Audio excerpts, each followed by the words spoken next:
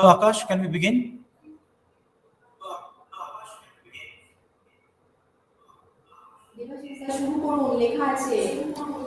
Thank you, Akash.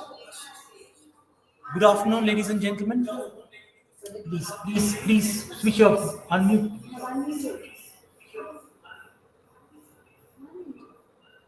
Right. Thank you. Good afternoon, ladies and gentlemen, wherever you are.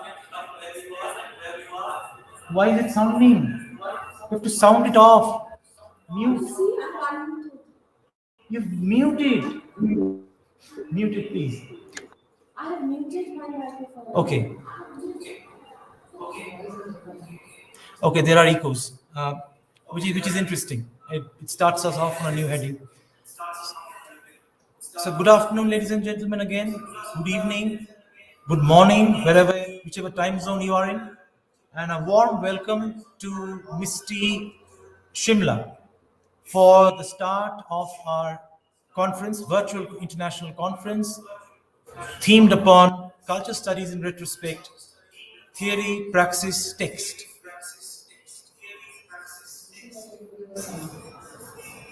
Now, the sun perambulating outside idly, the raven taking its flight across the hills, talks about simple trajectories. But we are in the world where trajectories have gone haywire.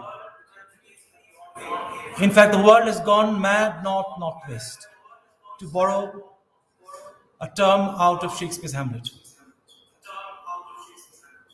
The denial of culture has reached a crescendo. In fact, we have seen that culture has had to bear the brunt of all the anxieties and all the aggressiveness of regimes and times, whether it was the fiat of Plato against the poets or the Nazi burning of books. The first casualty has always been culture. Culture has been on the front line. Culture has been where battle lines have been drawn in different ages. And this impression that has been given that culture does not matter. We are back to those times again.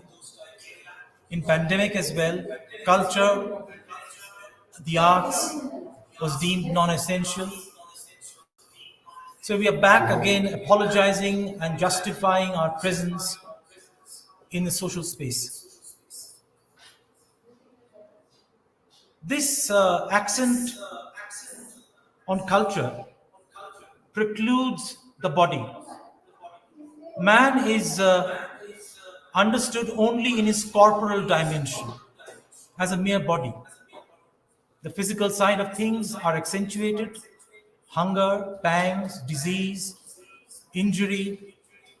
But what it does to the mind, the consciousness, the imagination, that is always kept out of the ambit. Culture deals with that. Culture deals with the whole man, not just the body, not just mere corporeality, which can be then dealt with, but also, you must understand, also the mind, art, literature, everything that is produced out of the processes of the human mind. That makes us, attempting this seminar in still COVID times, I cannot say post-COVID times, but still COVID times, a very Herculean challenge, which we have tried to shoulder as a Hercules. We have only tried. We shall know whether we have succeeded during the proceedings of the next couple of days.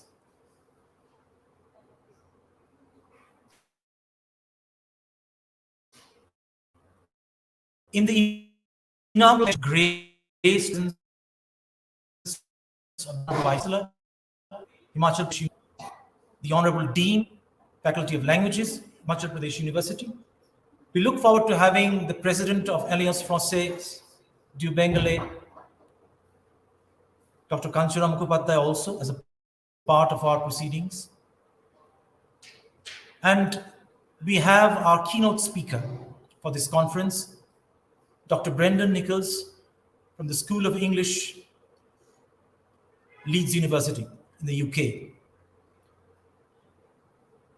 Without further ado, let me now introduce the organizing secretary of our conference, one who has worked hard, and by saying she has worked hard, I am understating.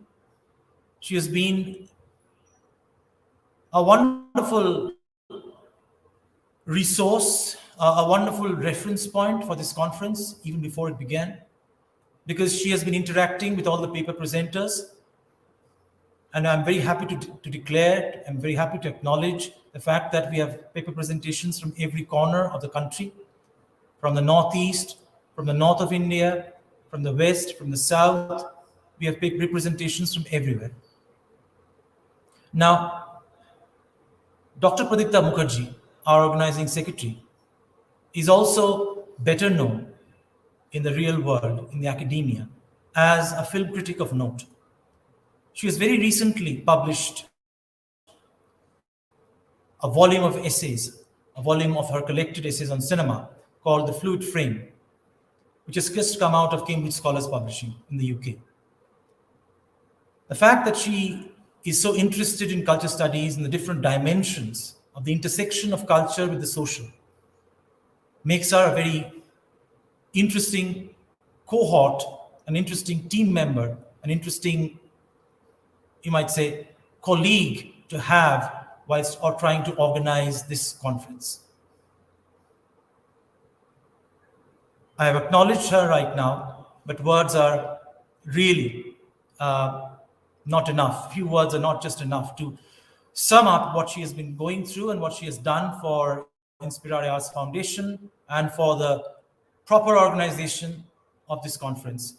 She, I might add, is a strict Martinet, disciplinarian, a very meticulous academic, and I hope her efforts are well reflected in this conference that we are going to organize. Without any further mincing of words, I lead you to my OS, the organizing secretary of this virtual international conference, Dr. Pradipta Mukherjee, to take up the cause and issue of this conference and talk a little bit about both Inspirare and how we came about organizing this conference.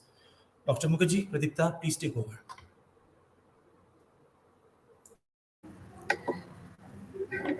Thank you, Professor Debashish Lahiri. I hope I am audible to one and all. So, a warm welcome, a very hearty and warm welcome to all of you.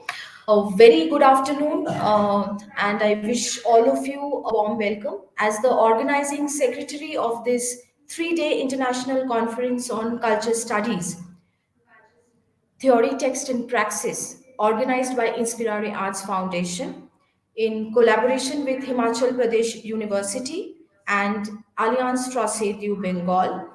I extend a hearty welcome to all dignitaries, guests, our Honorable Vice Chancellor of Himachal Pradesh University, Professor Sikandar Kumar, who is due of arrival in a short while from now. Professor Rekha Sharma, who is the Dean of the Faculty of Languages from December 2020. Professor Rekha Sharma is the chairperson of the Department of English and has additional charge of Bhoti language and Sanskrit. She has guided 10 PhDs and 40 MPhil scholars.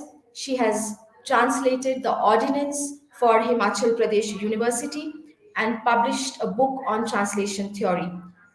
Professor Rekha Sharma is in the advisory board of academic bodies of the university. A very warm welcome to the Vice Chancellor and Professor Rekha Sharma of Himachal Pradesh University. Dr. Kanchana Mukhopadhyay, President Alliance Française du Bengal, and Professor Nilima Kanwar, Director, Center for Australian and New Zealand Studies, Himachal Pradesh University, who is also the joint convener of this international conference. Professor Debashish Lahiri, Chairperson, Inspirare Arts Foundation, and joint convener of this international conference. I extend my heartfelt thanks and gratitude to our collaborators and keynote speaker of this conference, Dr. Brendan Nichols, School of English, University of Leeds, who has kindly consented to deliver the keynote on this virtual platform. Hearty welcome to all dignitaries, professors, colleagues, academicians, research scholars, friends, and students. Inspirare Arts Foundation, as some of you already know, is an art organization and it intends to further the cause of collaborative art forms. This registered organization is a completely non-profit trust.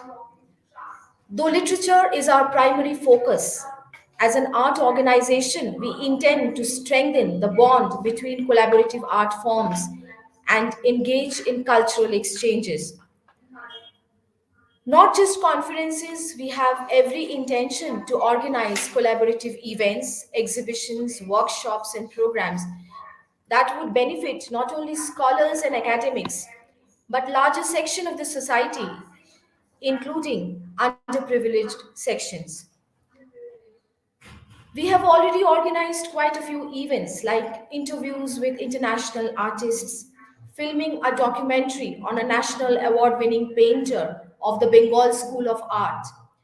And during nationwide lockdown in 2020, Inspirare Arts Foundation has organized international webinars and one big international conference on dystopia on online and offline mode in collaboration with Osmania University Center for International Programs, Osmania University, Hyderabad. And all such programs are available for viewing on our Facebook and YouTube channel. It is our honest endeavor to contribute meaningfully to art, to society, and the cultural scene of India in a meaningful and thoughtful manner. When we first thought of this collaborative conference on culture studies with Himachal Pradesh University and Alliance Française du Bengal, both age old centers of higher learning and advanced research, myself and the joint conveners, Debashish Lahiri and Professor Nilima Kanwar, we thought of cultural studies because cultural studies is an interdisciplinary and all inclusive field of research, and we just did not want to focus on literature but keeping in view the scope of this organization. We wanted to listen to and weave in scholars and academics from a variety of disciplines. Given the shadow of ominous COVID 19 and the challenges of battling a pandemic, where hope has given way to cautionary anxiety, here we are today to talk about cultural studies. And why cultural studies? I'm going to tell you in a very short while from now. Now that we have lived through, the entire world has lived through this COVID 19 pandemic, and we wouldn't say that the battle is over. We are still battling the pandemic with every passing day. New strains of COVID are getting detected. Therefore, in consultation with our co organizers or collaborators, particularly Professor Debashish Lahiri, the chairperson of Inspirare Arts Foundation, who with great zeal and tremendous motivation has literally spearheaded this entire conference. Debashish Lahiri, my friend, is a renowned poet, academician, and critic. His latest collection of poems, Passage Sans Verbs, has been published from Algeria and makes him the first South Asian poet to be published from Algeria. Congratulations, Debashish Lahiri. With 5 books of critically acclaimed poetry to his credit, he has been widely translated into several European languages, and recently he has been awarded the Naji Naman Literary Prize for Poetry. Debashish Lahiri has been in regular consultation with our collaborators of Himachal University and Alliance Française du Bengal, Professor Nilima Kanwar from Himachal Pradesh University, and Dr. Kanchana Mukhopadhyay, President of Alliance Francaise du Bengal. We all thought that it would indeed be relevant to organize a virtual conference on the theme that brings into purview cultural practices that relate to everyday life, our existence, our struggle, our history, economy, geopolitics, technology, environment, all in the shape of cultural studies in a nutshell. It is indeed a pleasure to collaborate with Himachal University, Himachal Pradesh University, a very well known university. I have been here previously for several academic reasons, and Alliance Francaise du Bengal, which is well known for upholding cultural exchanges between India and France. And both are collaborators. They have given us their utmost support and cooperation in organizing this grand global event. Dr. Kanchana Mukhopadhyay, the second time president of Alliance Francaise du Bengal, is the founder member of INTAC Conservation Center and co convenor of Indian National Trust for Art and Cultural Heritage. She is a great scholar of French Indian history and has received honors and awards from the Cultural Ministry of French government. We are indeed honored to have her with us as one of our collaborators. Inspirare Arts Foundation is very thankful to Himachal Pradesh University, its Honorable Vice Chancellor Professor Sikandar Kumar, the Dean Professor Rekha Sharma, Kanchana Di of Alliance Francaise, Nilima Di from Himachal Pradesh University for providing us this space for scholarly exchange of ideas. And I feel extremely honored and privileged to be the organizing secretary of this grand international event. In this very exciting 3 day event, other than the keynote address by Professor Brendan Nichols, we have two very interesting plenary lectures. One from Kanchanadi, our collaborator from Alliance Francaise du Bengal, and Arundhati Subramaniam, who is a very well known writer from India. These eminent speakers are all known to Debashish Lahiri, and he had all kinds of academic exchanges with them over the years. Our keynote and plenary speakers have very kindly consented to speak exclusively for this conference on cultural studies in retrospect. And both our plenary speakers will engage in a tete a tete with Debashish Lahiri, and we are looking forward to very lively and engaging sessions. Our keynote speaker, Professor Brendan Nichols, is based in UK, and being an expert on cultural studies, we hope to hear his views from a completely new transnational, transcultural perspective. For this conference, we have received very interesting paper proposals from all over India by academicians and research scholars on literature, cinema, media studies, film studies, cultural studies, departments of English, history, research. Myself hailing from the Department of English, Vidyasagar College for Women, University of Calcutta, and as an assistant professor in English, when I think of cultural studies, I'm immediately reminded of Raymond Williams and Richard Hogarth, two of its founding fathers, and then Stuart Hall, who was the director of the Center for Contemporary Cultural Studies at Birmingham University. The reason for selecting cultural studies for this conference is the openness of such an area of study to a wide range of hitherto illegitimate topics for serious study. Cultural studies' wide ranging interest in dissecting how our power operates through the pores of everyday life and its genial style of academic dialogue has made it gain a respectable place in academic study in not just arts, humanities, and social sciences, but several other multidisciplinary, cross disciplinary areas of study. This freedom to work on quite nebulous, undefined, unrecognized areas, we hope will prove rather intriguing, challenging, and refreshing. Cultural studies has given its best efforts in bringing to the world of serious scholarship the areas of common life, common people, working class, marginalized voices, or popular culture that has previously gone unnoticed or has been considered as belonging to low culture, low brow, low art, and not high culture, and thus deemed as not carrying the moral weight of the canon. Cultural studies is systematically against such institutionalization, authoritarianism, and it does away with things considered highbrow, effeminate, and boring.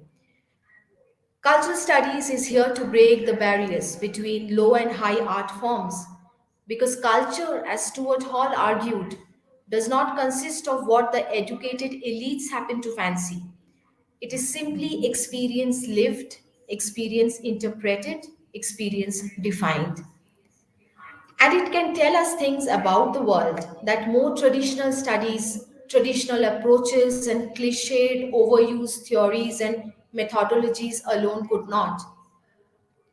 So, here today we are hosting a conference on cultural studies because the rise of mass communication, media studies, digital humanities, and popular forms are permanently changing our relationship to power and society, power and authority, and to one another.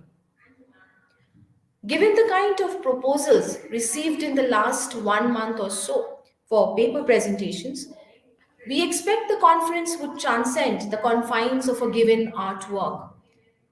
It would not just interpret, say, a literary text, a novel, or a film or a television series, but rather help us in understanding the various political, economics, or social forces that went into the making of that work of art and converged in these media.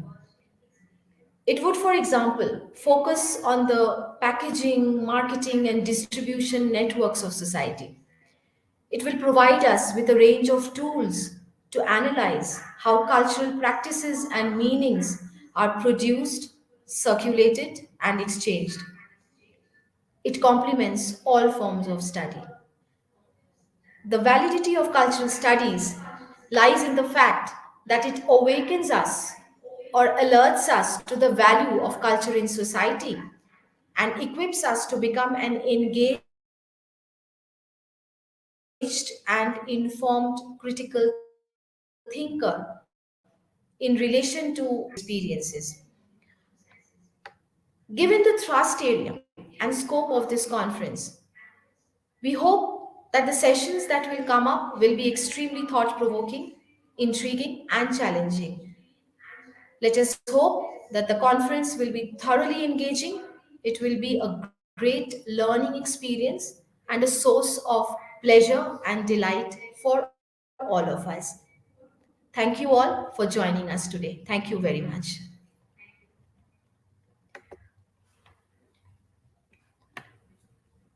Over to you, Devashish. Thank you, Pradipta. Thank you so much. You really laid out the wardrobe of culture studies, and the most important point that you make is about the empowerment. Culture studies as a discipline of study that empowers, that looks critically at the uh, hard bound, you might say, traditional bastions of ideas. It is always open, something that is open to questioning. It thrives on questioning. And in a way, in that sense, has always been seen as, from its heydays in the 60s, 70s, and early 80s. It has always been seen with a bit of a you might say, disrespect, yes, and also a bit of suspicion. in traditional bastions of knowledge. But that is culture studies. It owes its allegiance to nothing except to ideas. There are no classes and races and genders or any other bastion built around those terms, those pillars, as you've suggested, Pradipta. So I think it is now my very happy responsibility to welcome Professor Rekha Sharma, Dean Faculty of Languages, Himachal Pradesh University. And Pradipta, you might have a very small but important bio note to introduce her to our listeners today. Thank you, madam, for joining us. Thank you so much for supporting our event and being here. And Pradipta might have a little bio of you to share with everyone, and then you can begin. Pradipta, please.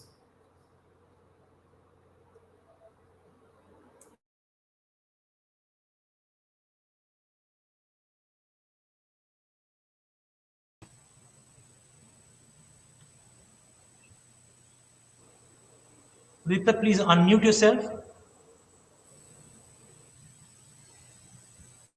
Yeah, am I audible now? I think I'm audible. Yes. Yes, I have the great pleasure to welcome Professor Rekha Sharma, who is the Dean of the Faculty of Languages from December 2020. She is the chairperson of the Department of English and has additional charge of Bhoti language and Sanskrit. She is a very accomplished academician. She has guided 10 PhDs, 40 MPhil scholars. That is a very big achievement, ma'am.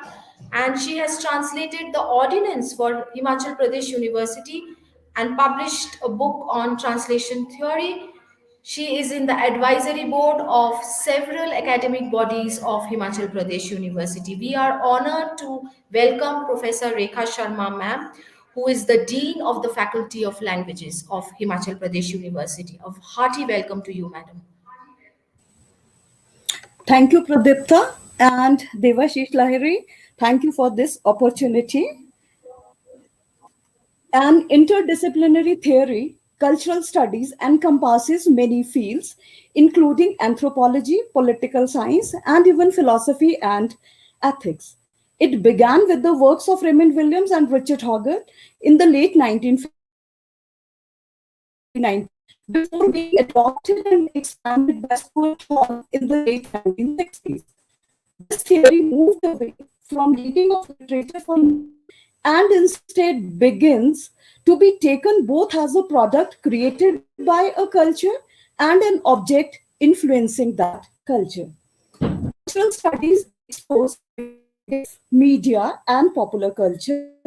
It manifests how one sense of culture as producers, consumers, readers, and viewers in relation to their respective identities and communities. The cultural texts and practices convey different kinds of meaning and values and facilitate to analyze cultural forms such as advertising, television, and popular music. People with ingrained contempt for popular culture can never fully understand the cultural subject. Richard Johnson maintains that all social practices can be looked at from a cultural point of view for the work they do subjectively. He defines cultural studies as the study of historical forms of consciousness or subjectivity that decenters the text as an object of study. The text is no longer studied for its own sake, nor even for the social effects it may be thought to produce, but rather for the subjective or cultural forms which it realizes and makes available. The text is only a means in cultural studies. Perhaps it is a raw material from which certain forms, for example, ideological, pragmatic, mode of address, subject position, get abstracted. However, the ultimate object of cultural studies is the social life of subjective forms at each moment, including their textual embodiments. Culture offers an accessible overview of the central themes that have informed British studies, language, semiotics, individualism, subjectivity, and discourse. Beginning with the history of cultural studies, Turner discusses the work of such pioneers as Raymond Williams, Richard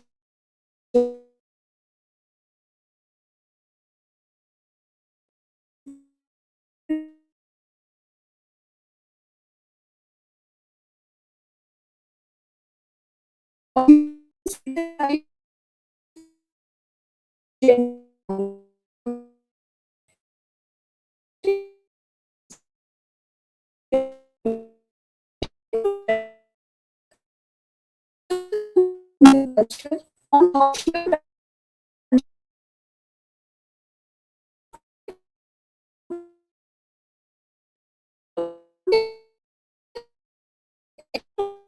they have created these new perspectives.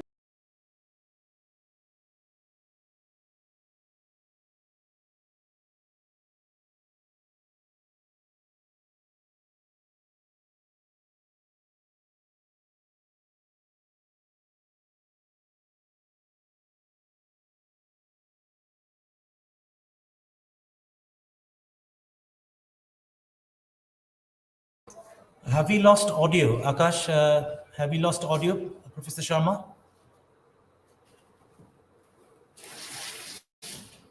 With this break, I'm actually very happy to tell you that our friend Brendan Nichols has joined us on this inaugural session. Thank you so much for joining us, Brendan. After all that we went through over the last couple of days, whether you're coming or not, and all that sort of thing. Yeah, Pradipta waves to you Yes, as well. yes. So I Now I think could we see. have So, Professor Dika Sharma back. Madam, please go ahead. right. Yeah, thank you. So, during the 1960s and just a minute.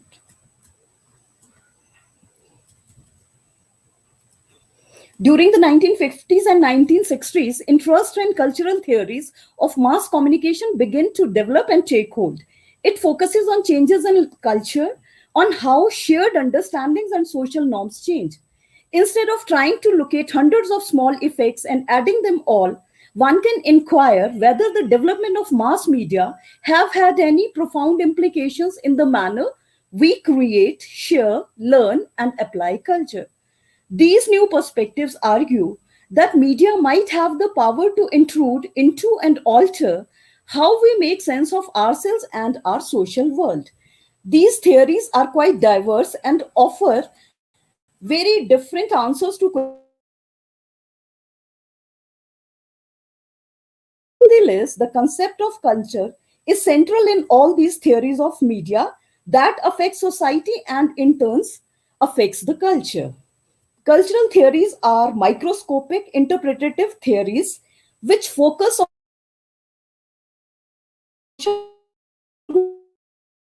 foster new forms of culture that structure everyday life. Critical theories and political theories, in contrast, are macroscopic cultural theories concerned with the soul. Ideally, both these theories ought to be complementary, yet, until recently, macroscopic and microscopic cultural theories developed in relative isolation. The theorists were separated by differences in geographic research objectives. Ironically, in the 1970s and 1980s, Marx, with the utopian orientation, creation of entirely new social order, he argues that the hierarchical class system was at the root of all social problems and must be ended by revolution. The only hope for social change was revolution, though elites would never willingly surrender power, but power must be taken from them. His take: most British cultural studies theories can be labeled as neo Marxist. The importance which the neo Marxists attach to the superstructure has created a fundamental division within Marxism. They assure that change can surely begin with peaceful ideological reform rather than by violent revolution in which the working class seizes control of production. Some call for radical transformation of the superstructure, while other calls for modest reforms. European cultural studies theories have a second very distinct different source, a tradition of humanist criticism of religious and literary texts, which is referred to as hermeneutics. The common objective is to identify those who can be understood and appreciated by others. Herein, the texts are seen as a civilizing force in the society. The human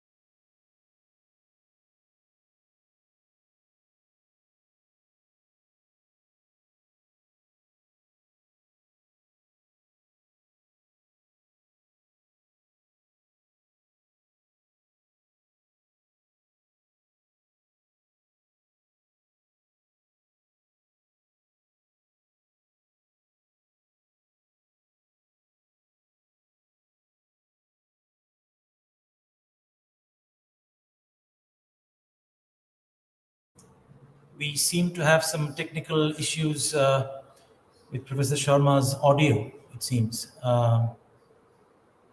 Akash, can you resolve that from your end? Or is it maybe the net connection at her end? Uh,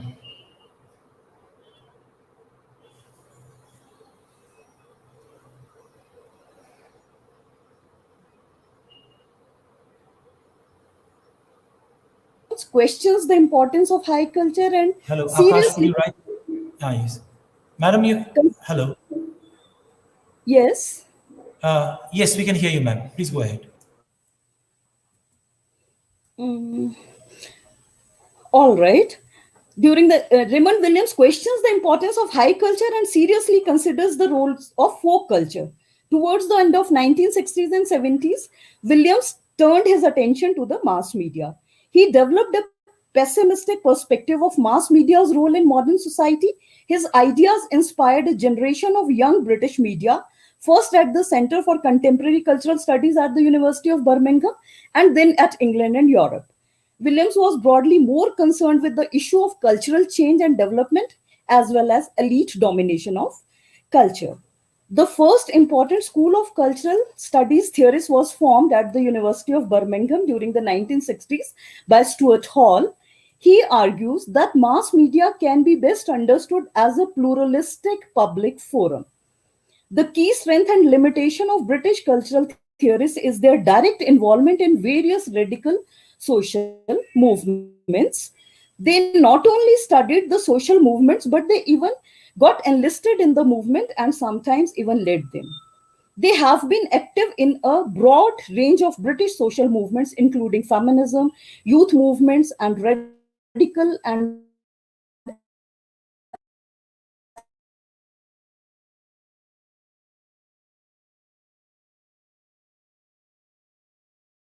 the possibilities of objectivity anyway, doubt its utility for social research. In 1983, the Jamaican scholar Stuart Hall gave a series of lectures, cultural studies, as is known by everyone, and therefore, here he talks about the serious study of popular culture, not beneath anything, and culture, he argues, simply as experience lived, experience interpreted, experience defined. It undertakes things about the world that more traditional studies of politics or economics alone cannot appropriate. A masterful orator, Hall energized the audience in a group of thinkers and writers around the world who had gathered for a summer institute devoted to parsing Marxist approaches to cultural analysis. Hall finally edited these transcripts for publication. The result we all know is Cultural Studies, 1983, a theoretical history, and later on they are known as Stuart Hall Selected Writings. Finally, Cultural Studies is not one of so much as an attempt to use all of those arms at once. As per Hall, culture is a site of negotiation, a space of give and take, where intended meanings can be short circuited. Thanks a lot. Thank you.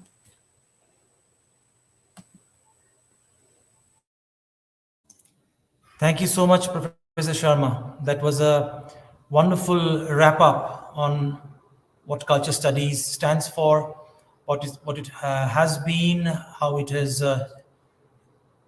mutated, if I could call it, a rhizomic discipline. It has branched into, gone into different segments of our society, different areas of learning have been connected and suited together by the glue of culture studies. It very nicely dovetails in with Pradipta's introduction of the same. And I found the interesting point about the decentering of the text, and that's something very important, or rather the if I could call it the availability of everything as a text. I mean, you could read a film, you could read a painting, you could read anything for that matter. The readability of culture, uh, any cultural artifact open to reading. One of the great, you might say, the salvos, opening salvos of cultural studies. Then you talked about hermeneutics and the very agency of interpretation. How culture studies was sometimes seen as somehow intruding into the process between the receptors of culture and the cultural artifact itself. You know, trying to talk about culture, trying to situate it, creating a kind of a nexus of power in itself, inside the discipline itself. I hope that, you know, as the days go on in our conference, there will be papers which talk about this particular angle. And of course, you refer to the great importance of mass media, journalism, and it being identified as one of those ills, you might say, which affects the proper creation and reception of works of art in a societal framework. So thank you, Professor Sharma. That was a very holistic, but a very short and pithy introduction to the discipline of culture studies. It's impossible to do this in the space of 12 to 15 minutes, but you have tried to do it and done it wonderfully well. We thank you so much for that. Before I move forward with this inaugural session, I formally invite Brendan, who's joined us from the UK, from Leeds, where it's just about, I think, past 11, is it? Just about, I think. Thank you so much, Brendan. You know, for once, I can say that where we are right now, the temperatures are not that incommensurate. Although I know it's very cold in the north of England, but you know, we're trying our best in Shimla to get close to you. Otherwise, if we were doing it from some other location, it would have been, well, the battle is over even before it's fought. So at least we are somewhere close. We are, nice and chilly outside. It's just a bit of sun coming out, breaking through the clouds. So yes, I just have to tell you that Dr. Kanchana Mukhopadhyay, the president of Alliance Française du Bengalais, will not be able to join us today. She has just sent me a text saying as much. She's caught up in other matters, but she will definitely join us for the session tomorrow, which I have the privilege of chairing, where I'll engage her in a tete-a-tete. So without further ado, let us move forward. And before I actually invite Dr. Nilima Kanwar, my co-convener, the joint convener of this virtual conference, there is something that Pradipta said, a little germ that I want to pick up from there.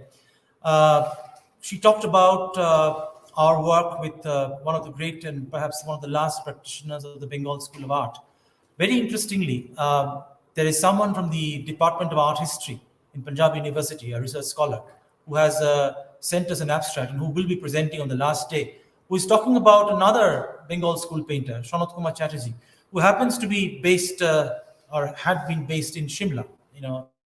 His son Nilimaji, please correct me if I'm wrong, is also serving as a professor in the Department of Art History, Himachal Pradesh University, if I'm not very wrong. His son is also a faculty member, if I'm not very mistaken. So Shronath Kumar Chatterjee was very famous for doing traditional, you might say, Hindu gods and goddesses. I mean, that was his métier. And he used that wonderful wash and watercolor technique of the Bengal school. So it's very interesting. It's serendipitous, actually, that we should have a paper on Shronath Kumar Chatterjee in our conference. So with that, I move forward and introduce to you my co-convener, the joint convener of this virtual conference, Dr. Nilima Kanwar, Department of English, Himachal Pradesh University, and Director, Center for Australia and New Zealand Studies. Dr. Kanwar, Nilimaji, would you please begin your speech? Yes, please. Thank you so much. Thank you. A very good afternoon to everybody. It is indeed a privilege to be associated with the Inspirare Foundation, which has worked towards engaging dialogues with the varied aspects of varied art forms like literature, folk, drama, painting, etc., to name a few. Today, we are at the crossroads where academia is constantly changing and evolving, particularly in these COVID-19 strange and, if I must say, or if I'm allowed to say, horrifying pandemic times. We all are trying to engage ourselves in different pursuits than our regular ones. And sometimes I also wonder, have we academics made any concrete and significant contribution towards handling of this tough times which the whole humanity has faced, in which we all have been victims? How do we see that? And in fact, that is where the culture becomes important, and my emphasis definitely lays on the term culture, because we all are experiencing many fragmentations as well as collations. We are far, yet we all are moving closer with the deep introspection of not only of the self, but also of our surroundings, our social issues, our political issues, the economics, the environment, the nature. Everything is intermingled, blended, and there is a state of confusion, there is a state of dilemma, and yet we are all trying to come out of it. And in this perspective, I find that this 3 day conference would make us ponder further about the interrogations the term culture offers. Does it remain a theoretical concept, or has it entered a political and socially active domain too? Uh, we have had we have had Debashish, we have had Pradipta, we have had Professor Rekha Sharma talking about cultural studies. And as being a joint convener, I too would be maybe like to talk about a little bit about cultural studies, but I'm drawing my basic premise from Prasad and Mukhopadhyay, because I'm still trying to trace cultural studies in India. And we have had, of course, the stalwarts of cultural studies, Hoggard, Raymond Williams, and Stuart Hall. But how do we place it in India? I've been trying to engage with this for almost 5-6 years and did not come across any particular book, or they were random scattered essays. But very fortunately, there has been a publication from Lutwidge, edited by Professor Rana Nair, Professor Pushpinder Syal, and Professor Akshay Kumar from Punjab University. I haven't got hold of the book as yet, but its contents did say and cover many things. But as it happens, because cultural studies remains a big umbrella term, so it is very different. Today is a diverse course disciplinary, or you can say multidisciplinary or interdisciplinary field that it engages with contemporary social, political, historical, and economic context as it reflects on the questions of ideology, identity, power, and of course, discourse. It has dealt with the variants through which we construct our daily lives. The aspects which are studied in this field involve a variety of cultural expressions like media, upstream media, literature, art, among others, many more. The theory as a theory, cultural studies remains quite stimulating, especially when one considers the aspects regarding our society that it brings into perspective. It culture study gives a new innovative, if I may say that innovative, if not new, if not sorry, new if not innovative, meaning to varied fields by showing us that codes of academia are not to be judged by traditional benchmarks as economics or politics, but it has to be have a multifaceted approach towards it. So again, the question here again I often wonder is it just about academic studies, or does it go beyond that? And when it says that it wants to reach the people from the periphery, or the disciplines from the periphery, or the subgenres of the established genres, does it reach there, or is it trying to gain supremacy about itself? We still are debating that, and we still try to question that. And in fact, when we look at it, a very simpler definition of cultural studies could be that it is a study of culture in order to understand a society and its relation to various variants. And of course, the term culture is very it's intriguing. And I have had a very senior professor from Department of History in our own university, who has often wondered what are people of English literature doing in culture and cultural studies. And thankfully, nobody from sociology has done that to me as yet. But still, that's why I wonder what are we talking about here. While we try to understand cultural studies, we need to actually look at the approaches and areas that are related to what we identify as the major concerns of cultural studies, which are primarily, I feel, foremost, the focus on everyday life and its practices, then how there is a shift from classical or elite culture or cultural forms to the popular forms, and how the focus is on the ways in which power, hegemony, and authority are exercised in varied cultural practices.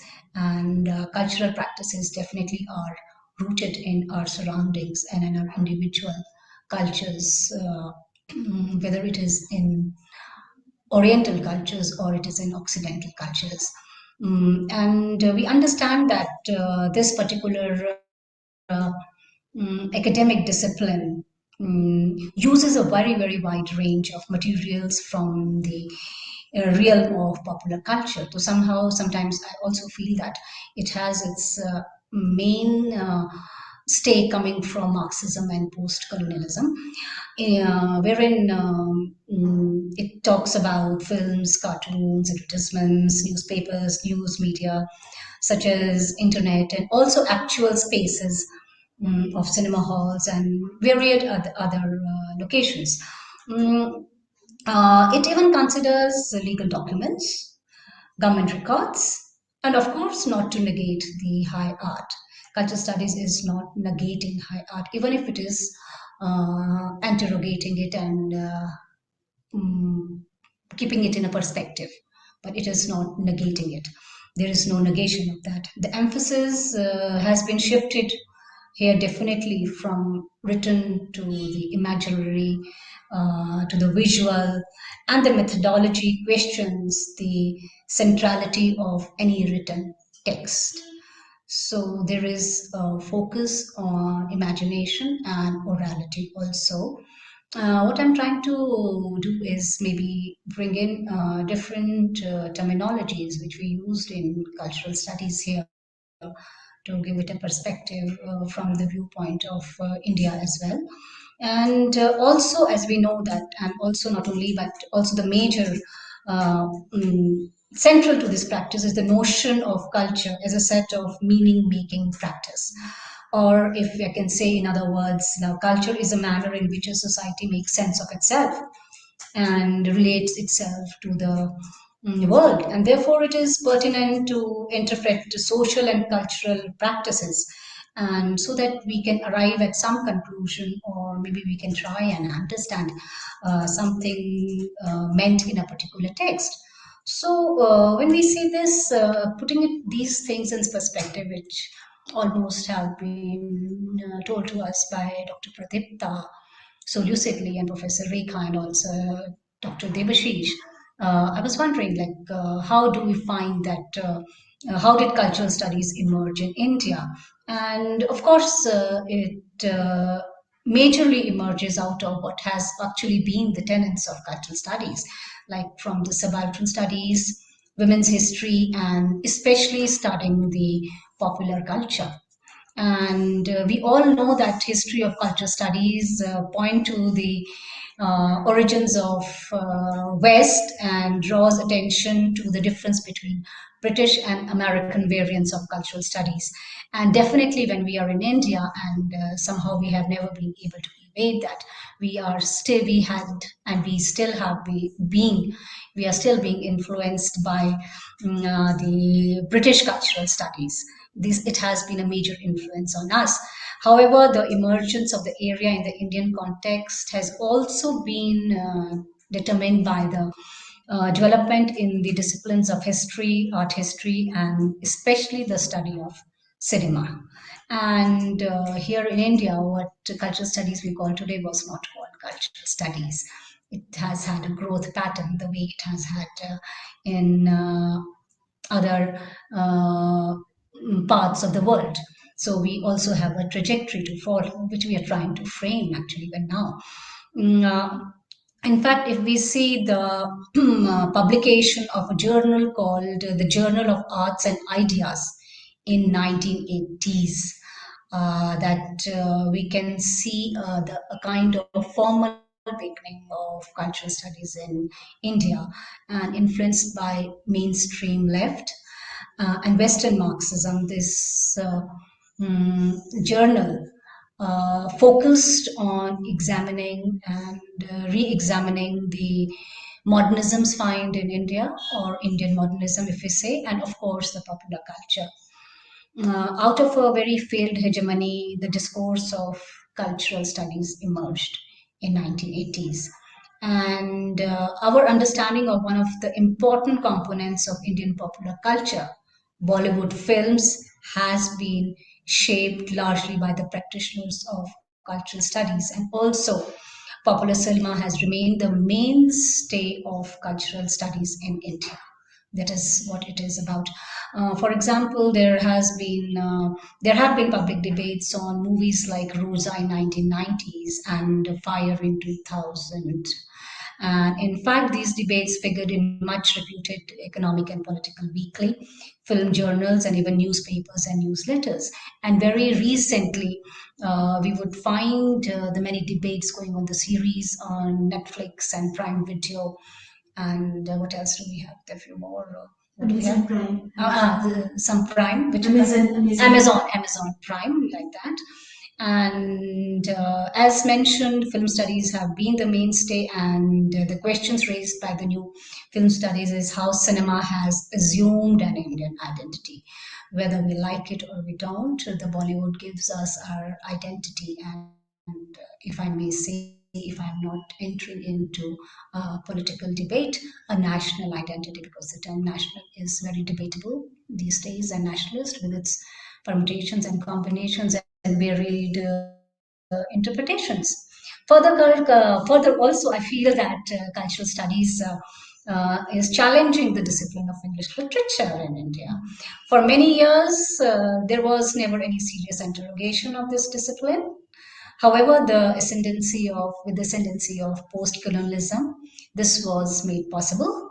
And in the wake of Said, Bhabha's, and Spivak's works, colonial legacy was put in a perspective, wherein cultural studies finds its root. The need to interrogate the formation of Indian English and the vernacular literary traditions cross-fertilized by English make a mark. The academics pose uncomfortable questions about the burden of English, about the insularity of the Indian English literature establishment, and the appalling academic atmosphere. Hence, we have people trained in English literature professing to do cultural studies. So I think my professor of history was very justified in wondering and asking me in good spirit that what am I trying to do in cultural studies. The growing body of fascinating new works on gender and various facets of Indian literary cultures are, I would quote, telltale signs that the empire is about to strike back, unquote. In fact, cultural studies is in initial stages in India, and it is not very clear that what shape it would take or what it would study. Studying conduct means to connect culture and penetrate different collectives of institutions and practices. Description of culture in India today has to account for the folk, and cultural studies has to negotiate, I quote, with the fact of its corruption by media, unquote. Each cultural region of India has its own traditional or folk culture, oblique cultures. And these have been hybridized by the forces of tourism, consumerism, print culture, filmy culture, and advertisement, and definitely have not remained uninfluenced by the global cultural industry because since we all live in a global village. Bollywood and the Indian regional film genres draw heavily from the folk because my mainstay of this is that uh, Indian film industry is or film studies as of now is governing cultural studies in India. The framing of the song in Dong Sikh, which is popular Indian cinema's hallmark and share its moral universe, its stereotypes and idioms. So I wonder actually, are we in the name of cultural studies moving towards hybrid forms and diminishing the walls of distinction among the disciplines? Are we in a liminal space? Are we playing the mix and forgetting the pure? And are we losing specialization and micro reading, entrenching into the domain of macro reading and trying to not do and developing myopic vision sometimes? I wonder, and it is a question for all of us. I'm also looking for answers. I do not have answers in that. However, I would like to conclude and put rest to my speech because whatever it is, still as a distinctive feature of cultural studies remains being grounded in national culture, cultural space. It makes us acceptable of being rooted in our own national cultures and our own national spaces. Thank you. Thank you. Thank you so much, Dr. Kanwar. This was a wonderful speech that you delivered for us, where you've touched on such diverse issues with relation to culture studies. You have actually thrown into question the very title of our conference. We said culture studies in retrospect, but you have reminded us that, especially with regard to India, it's probably more like culture studies in prospect. I mean, what's the future of culture studies? Not if we have had a glorious past of culture studies. What we are talking about, if we are talking about retrospect, is largely European or American. India, as you have pointed out, culture studies is yet to take off in a big way. We have all talked about, a lot of English departments have now rechristened themselves as English and Culture Studies Department. You express the fear of the pell-mell. Are we moving towards a kind of a liminal space? Are we putting too many things into a pot, and are we losing the purity of disciplines? You know, every discipline has its own disciplinary purity or trajectory of reading. I mean, history might have its own, literature has its own. Are we trying to build one big homogeneous family, and by doing that, breaking down all the interesting ways of seeing that each discipline brought with it in its own little portfolio, in its own little kitty bag? So are we, in terms of generalization, is culture studies this great act of academic generalization, whereby different kinds of theoretical incidences and trajectories are being forced into one particular trajectory, and the loss of that, and the loss by way of that. You also talked about a very interesting aspect of culture studies. Culture studies is largely about the outwardly, the outside, relating something to society, to other events happening in society. Of course, in a very positive way, of course, in enlarging the very ambit that we study with regard to culture. Anything could be culture. The idea that anything and everything could be a part of a study of cultural traits of a particular time is the blessing or the boon of culture studies. But you insist that what about the inward turn? The inwardness also needs to find a haven in culture studies, because culture studies, as I said, again, erases any insight, the very concept of an insight, of an internal realization. We, being largely literature professors, and you have talked about the kind of prejudice we sometimes face, that it's the literature professors who are taking up everything. It's like some people are buying up real estate, so we are all kind of doing culture studies conferences, but all we are doing is talking about literature, or trying to make everything, turn everything into literature. If not, I mean, you talked about films, Bollywood, but we are trying to read them as a standard literary text. So we are using all the tools that we read a literary text by, and we are just implementing it on cinema. So all we are doing is trying to enlarge our maybe sphere of what we do, but it's again all English department. So again, all these are very interesting, very interesting points that we need to mull over.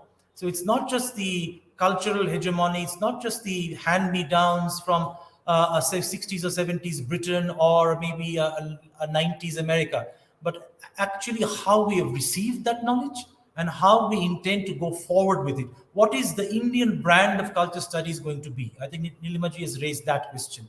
It's a very important question that we need to mull over, during the paper reading sessions and perhaps even the plenaries going forward in the next couple of days. So thank you so much, Nilimaji, for putting these very important riders and reminding us of these very interesting local questions, which we should bear in mind when we tackle a behemoth, a global behemoth like culture studies. Thank you so much.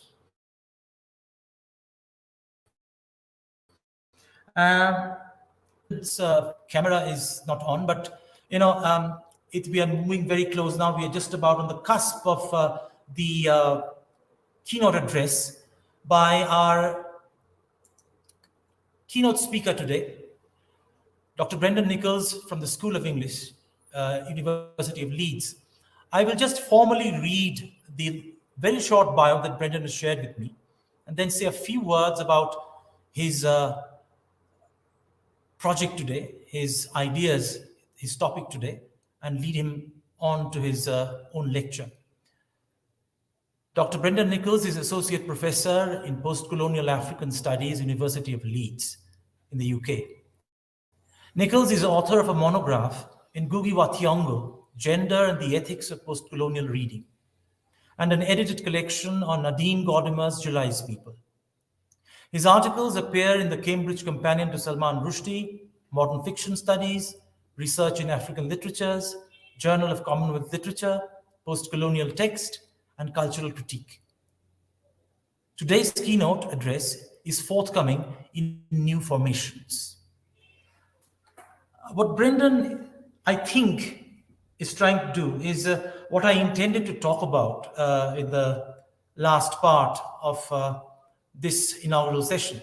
It's a gratuitous, you might say, license that I am taking, and I'm very apologetic for that, being the, you might say, sort of the Mercury for this session, the Master of Ceremonies, is that I get to speak multiple times, multiple entrances and exits, and multiple speeches.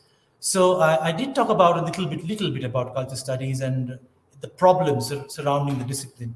I think a lot of our speakers on this inaugural session have talked about this, but I'm going to try and give it a final spin before Brendan takes over. It is about the equation of power. Since culture studies intercedes and creates its own little pockets of power, pouches of power.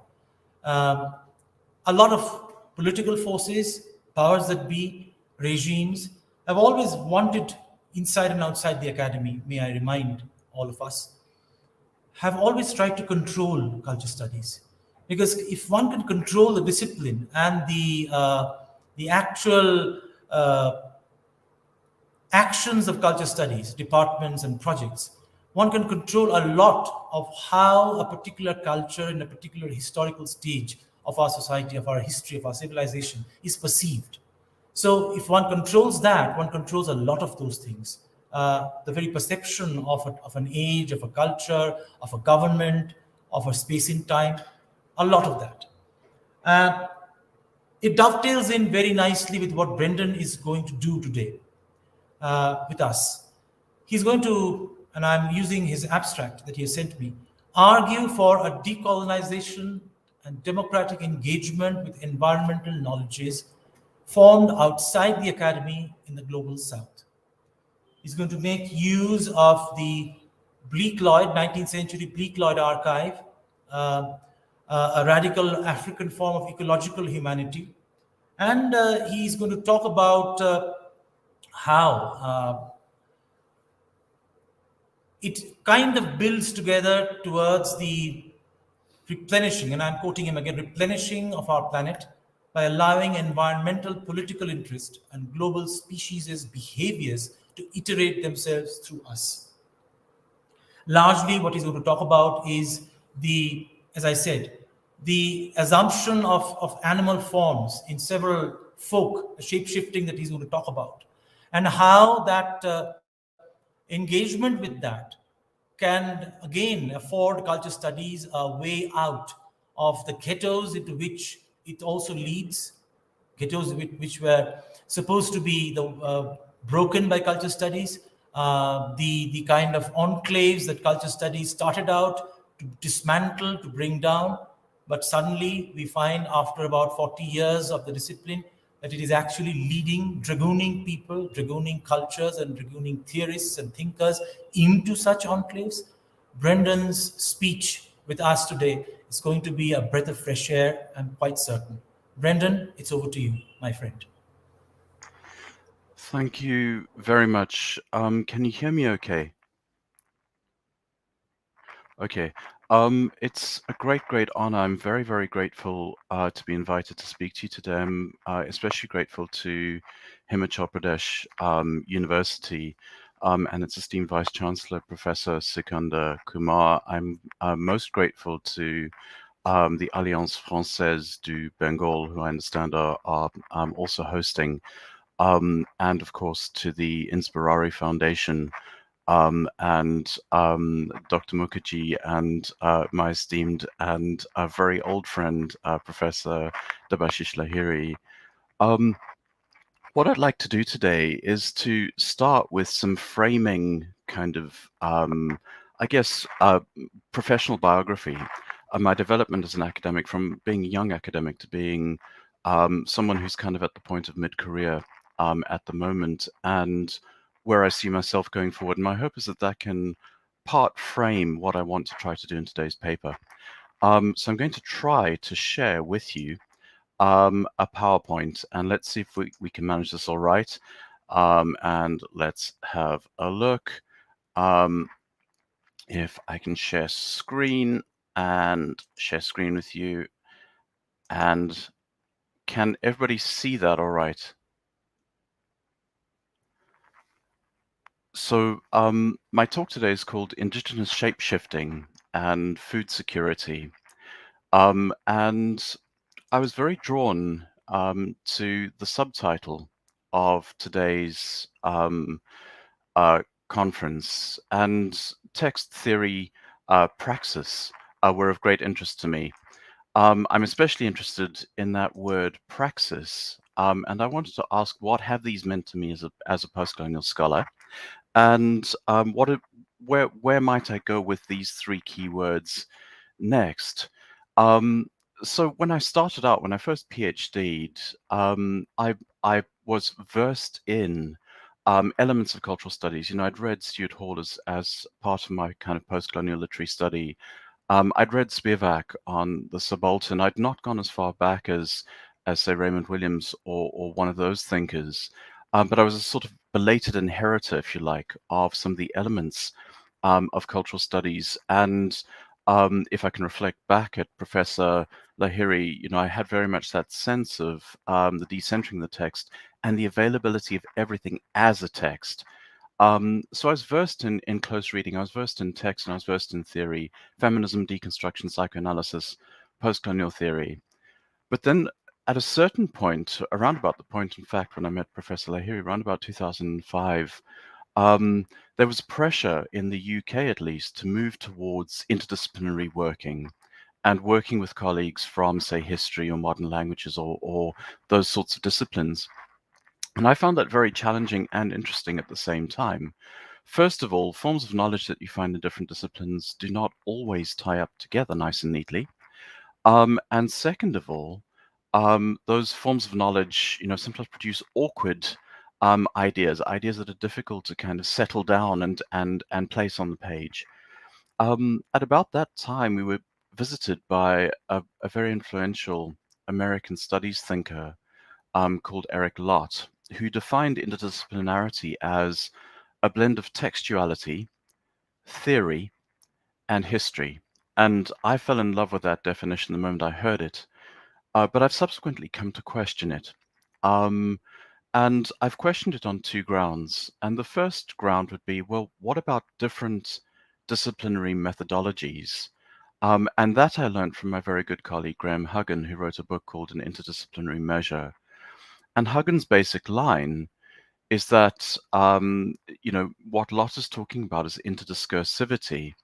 Um, he's not talking about taking on board, say, the quantitative methods of the social and the medical and the physical sciences and biology and those sorts of disciplines.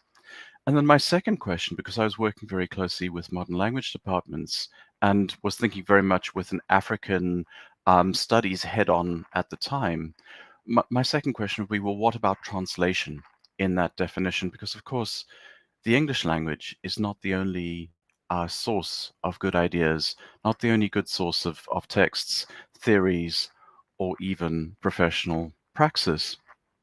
So that was my formation initially as I kind of took up role at Leeds. More recently, there have been three what I would call axiomatic provocations that I've been working with. And the first is about how to bring arts and humanities critique to the social sciences and to medicine in particular. And the thinking there has been around the so-called sustainable development goals, with all of the inequalities that idea of sustainable development implies. And to give an example of that, I recently spoke to medical scientist and said to him, I'd love to collaborate with you on medical humanities research-wise. What is it that you do? And he said, well, for example, we will apply to money to a national funding agency, and we will take, say, a hospital in Ghana, and we'll measure infant mortality in that hospital. We'll apply for the money. We'll propose a policy or two that'll be both local and national. We'll go in, we'll apply the policy, we'll talk to the policy makers, we'll embed the policy, and a year later, we will measure infant mortality. And if the number of children dying has decreased, our project has been a success. Now, that was an eye-opener for me. A very short-term intervention that purports to do good in the world, but that doesn't accord with the longer time frames and perhaps the nuances and intricacies that an arts and humanities perspective might bring to bear on that project. So the second provocation is I question the limits of my own institutional placement in a university, and I would add in a university in the so-called global north. Like some of the speakers who've just spoken, my impulse is at present to try to democratize thought where I can do so, and decolonize thought.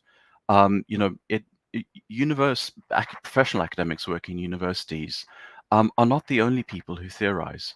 And I've got a kind of a mantra that I try increasingly to work with, which is that good ideas can come from anywhere, including from outside university walls and including from our streets, from our communities, wherever they happen to be. So a follow-on question from that is, well, can popular culture and subjugated knowledges, especially colonially subjugated knowledges, be given theoretical equivalence and decolonizing potential? And my third provocation is around the primacy of the human particularly within arts and humanities studies. I've got a cheeky question I'm going to share with you. What would happen to faculties of arts and humanities if you took away two categories, the human and identity? What would be left? I'd like to suggest, at least in my own department, in my own faculty, very little would be left.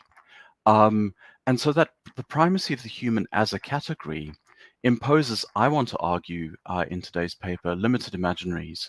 And it also imposes what I want to call a regime of species self-interest. And so transforming the idea of the human in my most recent work has become quite central. And I see it as being part of the work of environmental politics. So I'll come back to the third of those provocations right at the end of the paper, but I want to kind of gloss and expand the first two. So in terms of bringing arts and humanities critique to the social sciences and to medicine, I've recently come across the work of a very fine thinker called Eliseo Macamo, and he claims that the Sustainable Development Goals are part of an infantilization machine of the global south, of our countries, he says. And in an interview, he speaks about international bureaucrats. He has in mind the kinds of people who agree development policies in Brussels or wherever. He says international bureaucrats are not only committed to good ethical ends, it's not simply about good intentions for him, but they also act, perhaps unconsciously, in the interest of the political economy that guarantees their social reproduction. And he continues, from a structural point of view, the problems we have correspond to the way the world works. And so, in Macamo's view, the Sustainable Development Goals are part and parcel of an economic inequality between the so-called global north and the so-called global south. And he sees the Sustainable Development Goals as being part and parcel of propping up and reproducing that economic imbalance. The second of the thinkers I'd like to use to kind of gloss arts and humanities critique is Robtel Paley, who recently published on decentering the white gaze of development. And she says, Western whiteness remains a signifier of expertise, whether real or perceived, and development constructs the Southern other as having problems and needs rather than capacities to choose, to make decisions, or to devise solutions. And it's that imbalance that I'd like to try to think about and to work with in today's paper. The next of the provocations, giving theoretical equivalence to demotic or popular knowledges from the global south. I tried to think of a handy quotation, and I landed on one of my own. Not to be self-indulgent, not to try to be narcissistic, but simply because it was what came to mind as I hastily put together a PowerPoint. I've recently published in May of this year a piece in Cultural Critique where I try to read psychoanalysis through African popular and folk categories and to try to level out the hierarchy between so-called high theory and popular culture. And I wrote very late in the process, I added a sentence when I was revising the article, a sentence or two. I'm motivated to question a theoretical asymmetry. When Freud mobilizes Oedipus Rex, of course from Sophocles' ancient classical play, it is lauded as a universal psychology. We are all supposedly, configured in terms of the Oedipus complex. By contrast, when African communities invoke animism, witchcraft, therianthropy or shapeshifting, the ancestors and revenants, these ways of knowing the world are disparaged as superstitious primitivism. Why, I ask, should classical European drama hold any more epistemic weight than African story. So my thinking there is very much towards moving towards a kind of theoretical equivalence between African knowledge forms and European knowledge forms that claim the status of theory. Now, what I want to do with today's paper is to argue that a 19th century moment in Southern Africa remains instructive, perhaps, for our own planetary environmental horizons.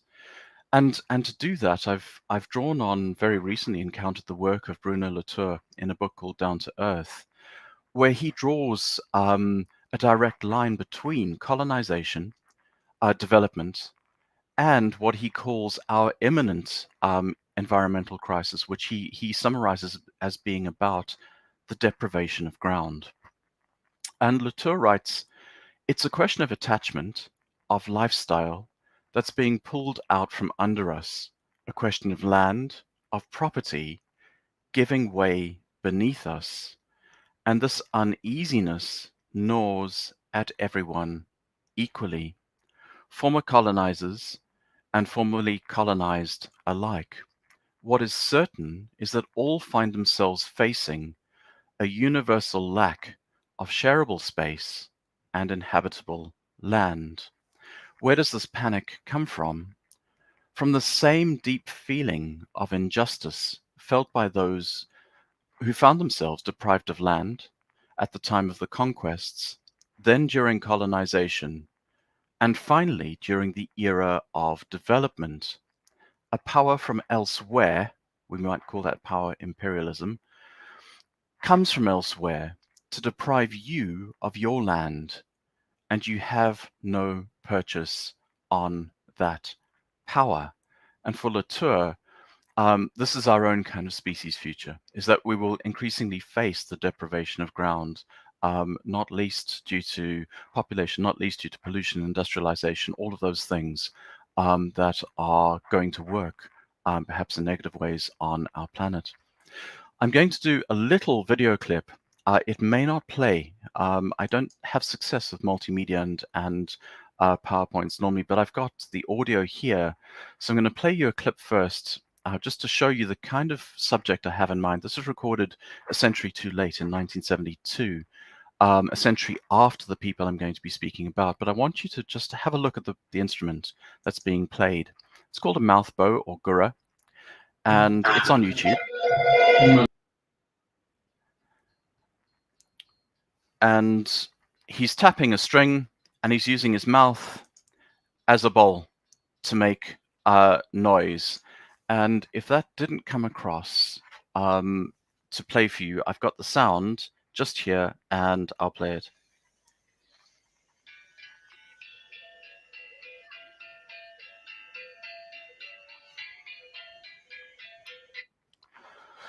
So a mouth bow or gurra, which I'll come back to at the end of my talk.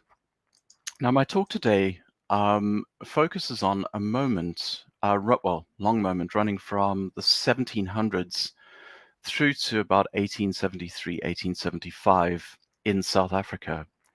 And the area that the people I'm going to speak about, who are called the Kham, in popular kind of phraseology, they call the Bushmen, but that's actually a racist colonial term, so I'll try to stick to Kham, even though I'm not very good at doing the clicks, who were living in this area of the Northern Cape, and who were subject to the incursion from Cape Town northwards of what we would call trekboers or traveling nomadic farmers, who brought with them their cattle, their sheep, and who would then drive those cattle and sheep once they'd bred and fed back down to Cape Town or parts of the Western Cape to feed the Cape Colony. And so these people are living in the Kham, living in the Northern Cape. They're subject to genocide as they come up against settler colonialism. There are accounts of people being driven over the edge of cliffs by farmers on horseback. It was legal with a magistrate's permit to go out and shoot some of the Kham communities. Children were very often bartered in exchange for food because these people regularly faced drought, famine, starvation. And that's before the trek boers come in and start to hunt out the game and start, letting their sheep and cattle eat up what remains of the green foliage, so that the game doesn't even come anymore, start to use up the very scant water supplies that are there.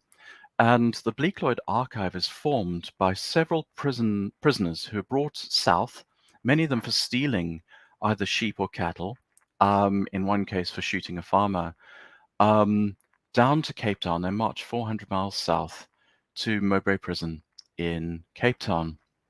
And while they're in prison, they're approached by a German linguist called Wilhelm Bleek, and he decides that he wants to research them. And he says, you can come and stay in my house instead of staying in prison, and I will do research on you and your culture. And of course, that's a very good bargain if you're sitting freezing in Mowbray Prison, which wasn't a very nice place to be. Before we speak about the archive, I want to show you the landscape of the Northern Cape from the area that these people came from. I think this is after the rains because the foliage is green. But I want you to ask yourselves, if you were parachuted there, right there and now, no mobile phone, nothing other than the clothes you're wearing, where would you find food? If you were parachuted there in the arid season, this is what you might see. Where would you find food? Where would you find water? And how would you survive? And the last of my pictures that I want to show you around the landscape, this is a depopulated landscape, but it wasn't always that way. And what we see is a petroglyph here, a carving that predates the 19th century, probably by some way. And we can see that this was once a landscape populated by elephants. This looks like a hartebeest. That's probably an ostrich there. And these would have been carved by the people living there. In other words, very nearby this rock is human habitation from kind of pre-colonial times. Now, in answer to that question, how would you find food? I'd like to give a couple of examples of how food was found. And remember, there were periods of drought even before the settlers came in. There were periods of famine. There are stories of women standing by ant heaps, knocking them open and eating ant larvae, which they called bushman rice, until the body's energies just gave out and they dropped where they stood from hunger. This is one of the pictures that Bleek commissioned when he set up his archive. And it's a picture of a man called Jacob Nain. And what Bleek did was he commissioned some of the prisoners to be photographed both front on, there's Jacob's face, and then side on profile. And then he would take pictures of how tall they were through a photographer who's called Barnard, as we can see here. And the picture's taken 1871. Now, what's interesting about Nain, of course, he's subject to a colonial photographic gaze. But what leaps out in profile is the scar. I don't know if you can see it, but it runs from his forehead all the way around to his cheek. And the question is, well, how did he get that scar? And the story is that one day, in fact, Jacob Nain was hungry. And so he went out hunting for food. And all he could find was a leopard. And so Jacob Nain, looked how powerful he is, doesn't look like he's afraid of anyone or anything, decides he's going to hunt this leopard. And the leopard, being a leopard, has other ideas, and it bites him there. And that is the scar that is left from that encounter. Now, another example is from someone who I've not pictured called Han Casso. And he's about 19 or 20 years old, and he went out to look for food, found a leopard, tried to hunt the leopard, and the leopard bit his leg. And he goes crawling back into camp, into his community, and he's crying, he's in pain, he's bleeding. And his wife and his mother-in-law stand over him and say, "What are you crying about? You're a bad man. You didn't bring us any food."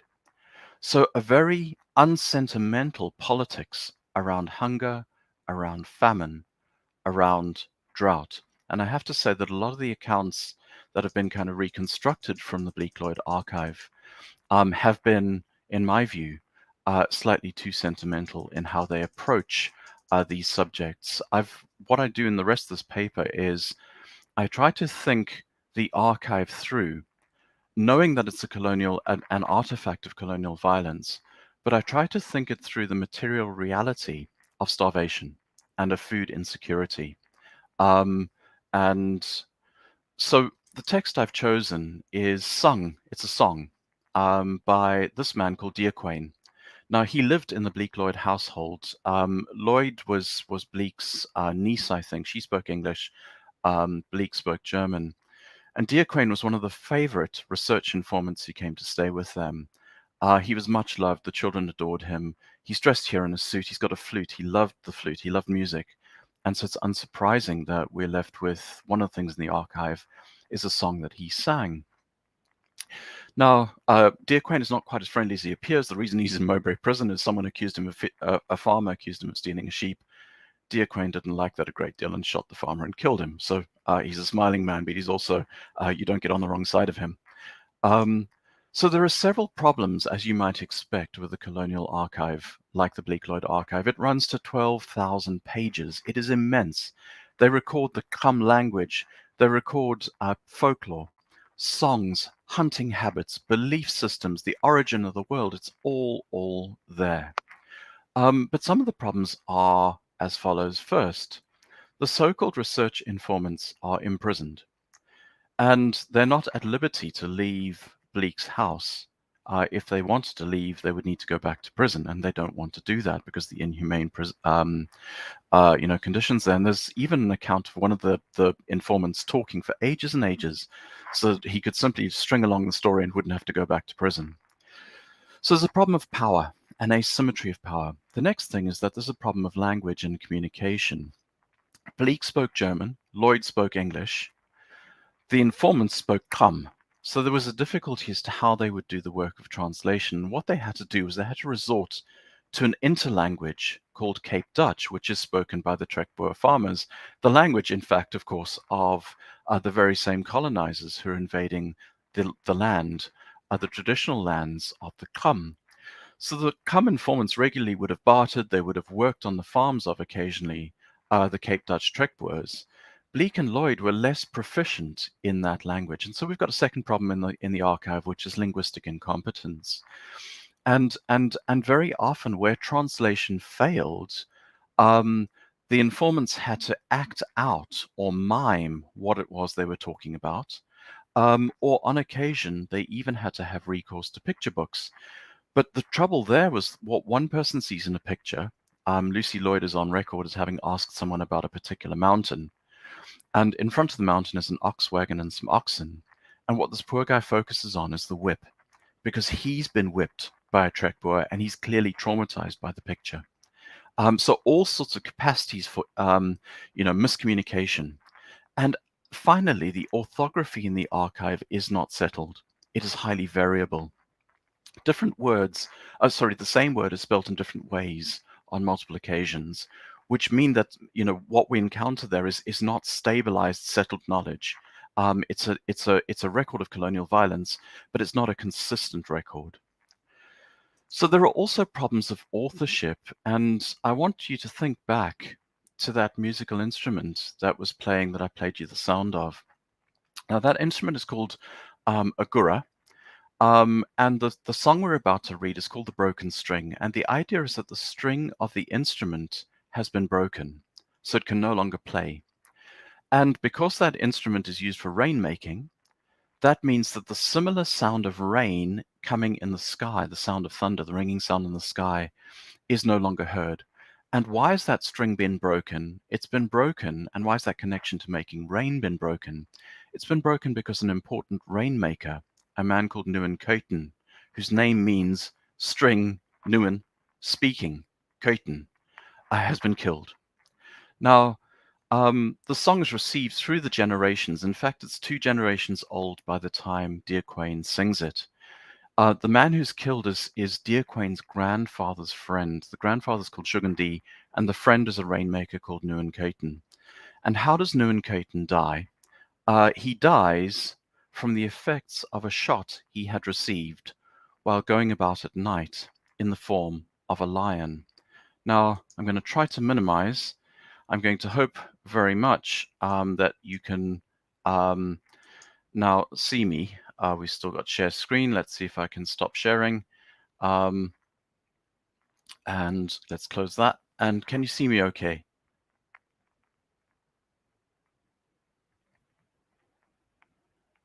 Yeah.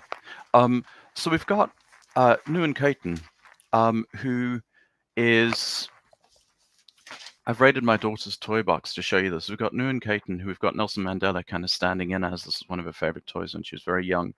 And we've got Nu and Kaiten has the ability to shapeshift. So he can shift shape into a lion form. And one night, Nu and Kaiten goes out as a lion, and he sees an ox.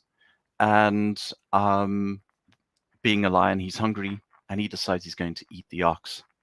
And a farmer sees him and shoots him. Nu and Kaiten goes crawling back into camp, and he dies there. I'm going to try to share that PowerPoint again just to read you the song. And please do email the PowerPoint freely, Debashish, if the technology is not working as it should be. So I'm going to share the screen again, and I'm going to find the PowerPoint again. And there is the Song of the Broken String. I'm going to read it fairly quickly. It's quite straightforward. People were those who broke for me the string. Therefore, the place became like this to me on account of it. Now, I've highlighted a single line from the song that I want to retranslate. And it's the line that gives the song its title, because the string was that which broke for me.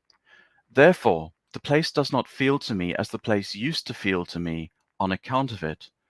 For the place feels as if it stood open before me, because the string has broken for me. Therefore, the place does not feel pleasant to me on account of it. So Diakwain is lamenting how the place, the environment around him, has changed, or he's learned the song via his father, in fact, and it's the father who's lamenting the loss of the rainmaker, who the father knew as a child. Now, what we see on the slide that's called Creative Translation is the original come. And I'm not very good at the clicks, but I'm going to try to read the line, because the string was that which broke for me. O nuan, adoa, kwaka. Now, nuan, as we know, is string. It's that string on that instrument that's playing. But what no one has noticed, and what they should have noticed, I think, is that nuan is also a signature game for the man who was killed, whose name was Nuan Kaiten, string speaking. And so my operating theory is, well, if we have a signature game in Nuan's name in the first part of the line, in his human form, do we have a signature game in the second part of the line relating to his lion form? Now, in the original translation that was done by Lucy Lloyd, she says, Kwaka means for me. But one of the things I found in multiple sources, including the dictionary produced by Bleek's daughter, Dorothea Bleek, which I've got a copy of, in fact, is that there's a very near homophone, in English at least, where ka means lion and kwa means rain. So quite possibly, speculatively, this may simply be another level of representational violence. I'm aware of that. Kwa ka may signify rain, lion, which is what Nuan Kaiten was. He was a man could change into a lion and who could make rain. And so we have a sort of creative translation we could speculate about, which is that because Nuan Kaiten was that which, I'm not going to say was the person who, because he could also be a lion, because Nuan Kaiten was that which was broken as or ceased to be the rain lion.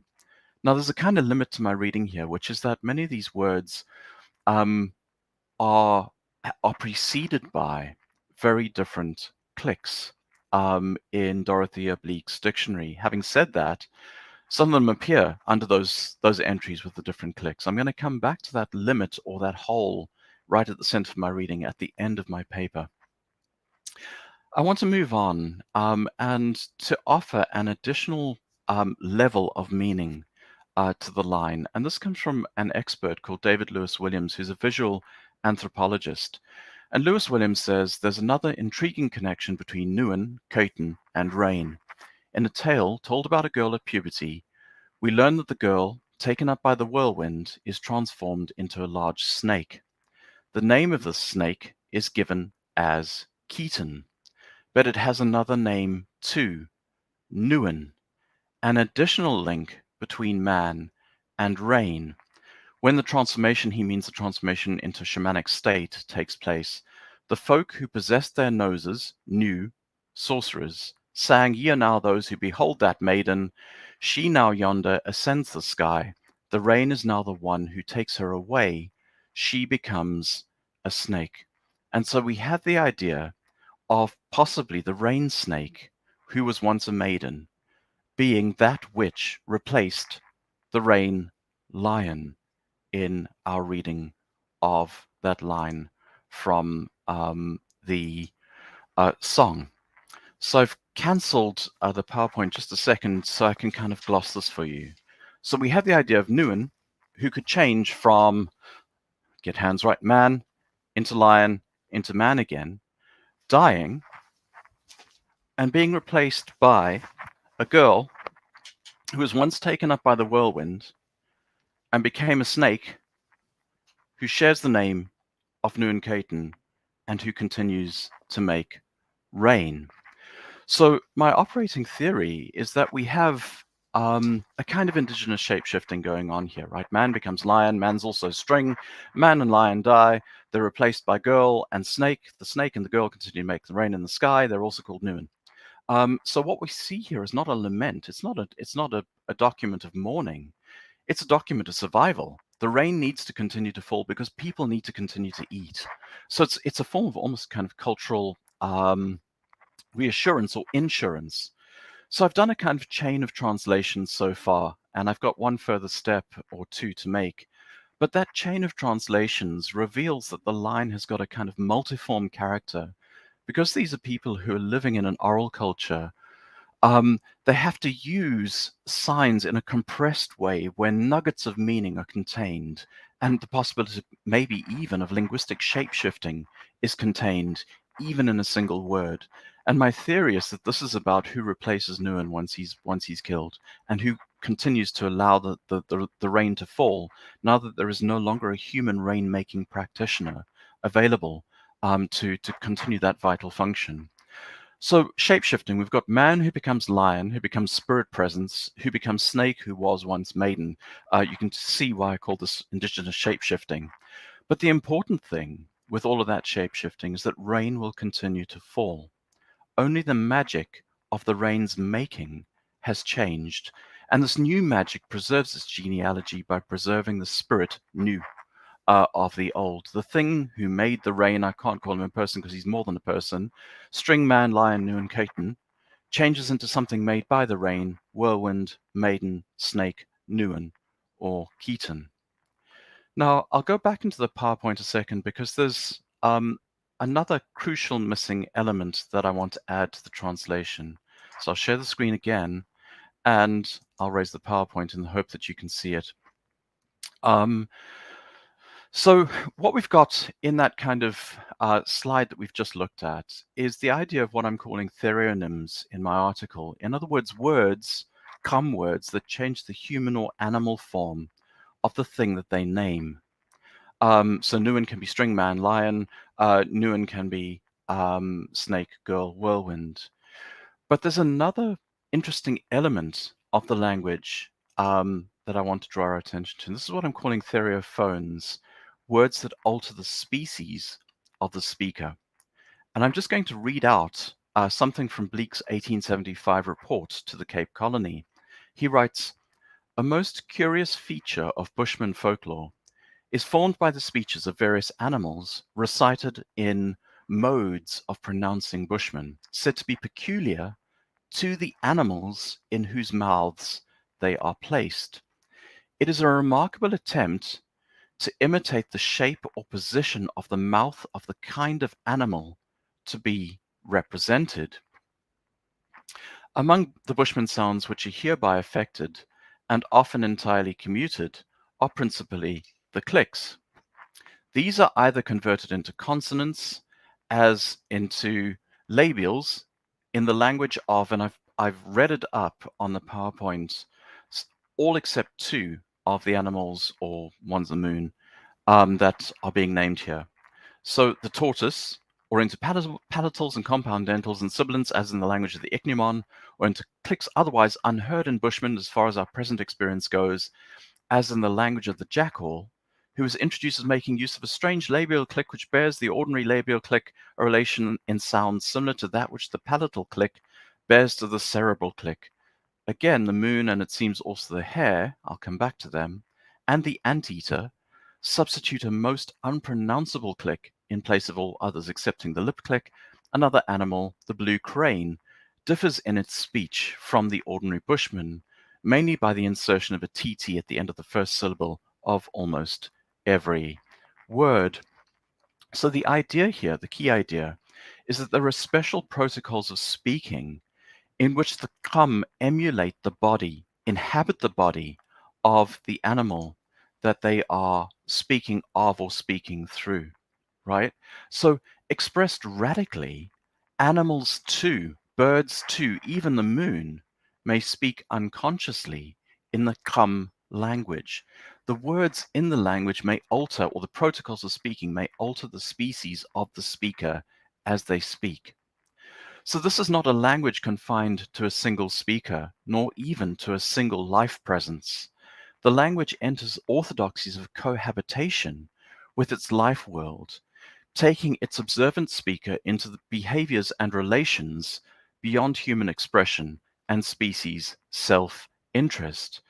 Now, I asked the question of myself, why these animals? And I'm going to give you my theory in brief. My theory is that these special protocols for speaking are there for those moments when famine happens, when people are too starving to hunt, when people are too starving even to move much further than an ant heap, when people are too starving even to think straight. And my belief is that these special protocols of speaking build memory in for those moments, right? Why the blue crane? Well, you can't do anything with the blue crane when you're starving because she flies away. You won't catch her.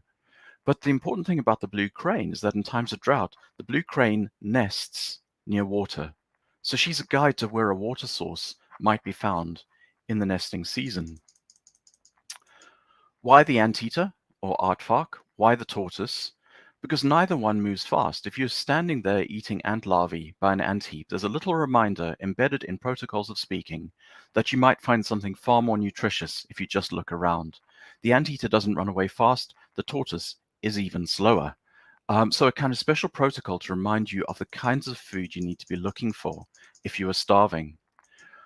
Why the jackal? The jackal's not specially tasty. I've never tasted one. I don't ever want to taste one.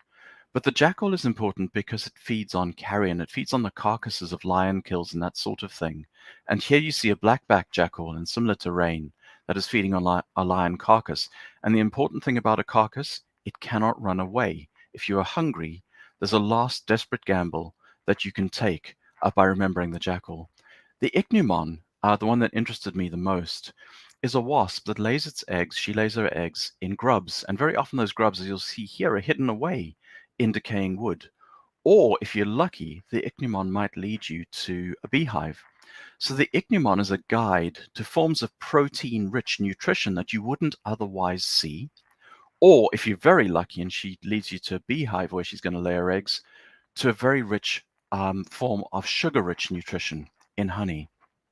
Now, I left out the moon and the hare, who substitute a most unpronounceable click in the place of all others. Why the moon? Why the hare?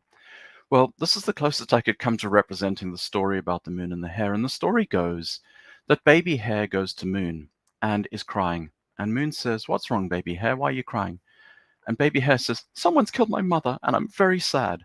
And the moon says, "Don't worry, baby hare. I'm the only immortal thing in the entire world. I die every month, I wax and wane, and I come straight back again. I'm alive again. I'm going to bring your mother back to life." And that is what Moon proceeds to do for baby hare. Moon brings baby hare's mother back to life again. So my idea there is that these two are given special protocols of speaking, not because they have anything to do with where to find food where you're starving, but that they offer a kind of consolation. If you are dead, the moon might bring you back to life again, might bring you back in another form. Now, to get towards the conclusion of my paper, and to come back to that idea of therionyms, one of the names for moon is, guess what? Nuan. That very same name that we've seen for the man who died, Nuan Caton. The very same name for the string that makes rain, Nuan. The very same name for the rain snake who was once a girl who was taken up by a whirlwind, Nuan. And therefore, if the moon overrides all other clicks, it is just possible, and here I'm really speculating and possibly going too far, it is just possible that that nuan is also, the moon is also active in that line where my reading in incompetent English, because I don't speak Kham, um, the moon overrides those very different clicks that were necessary to be overridden in order to produce my free translation. So the idea there is that it's the moon who brings the rain lion back to life by creating the rain snake, who will continue to make rain. So to conclude, I've got about another 5 minutes left. I don't think I'm going to need them. I've got just two, three paragraphs to conclude with. Knowing creatures intimately enough to share practices of habit is a technology of survival.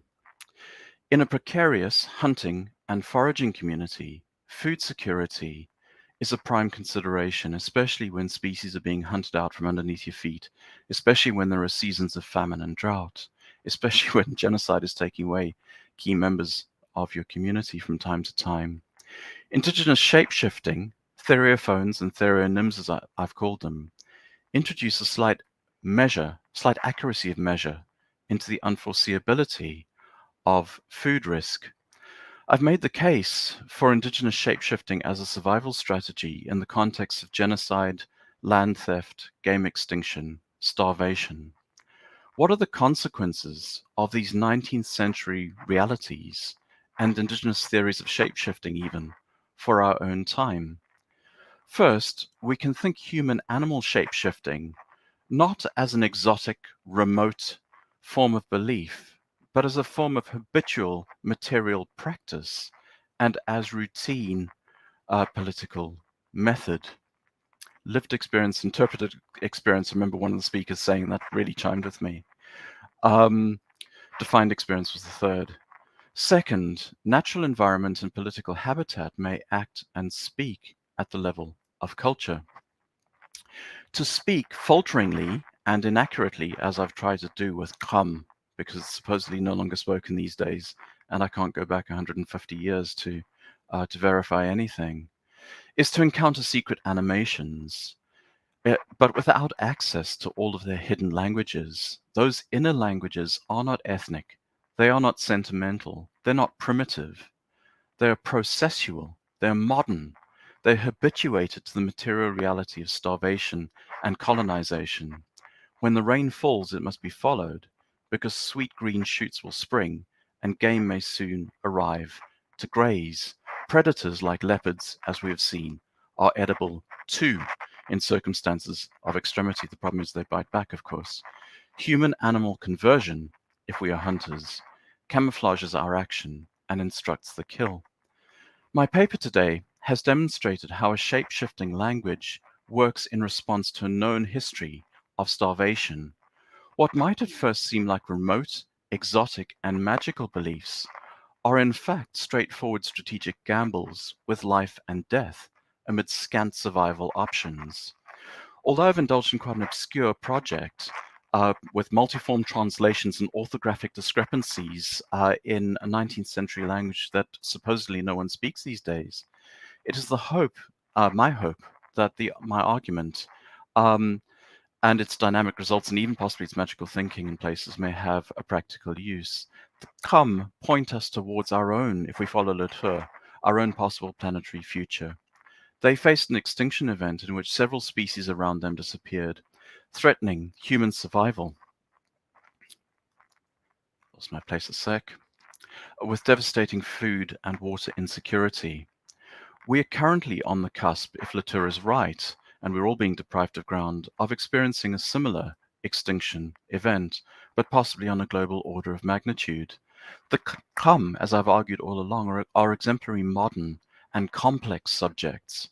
More to the point, they're forerunners of our own predicament. An historical first wave 150 years ago, maybe there were earlier first waves, I'm sure there were, of our own imminent environmental precarity. The material conditions of scarcity that the Kham faced are now possibly visible on our own global horizons, we too may increasingly face food and water insecurity. Solutions based upon the human, in my view, will not succeed. First, the long history of cleaving the human from the natural world has contributed to our imminent environmental catastrophe.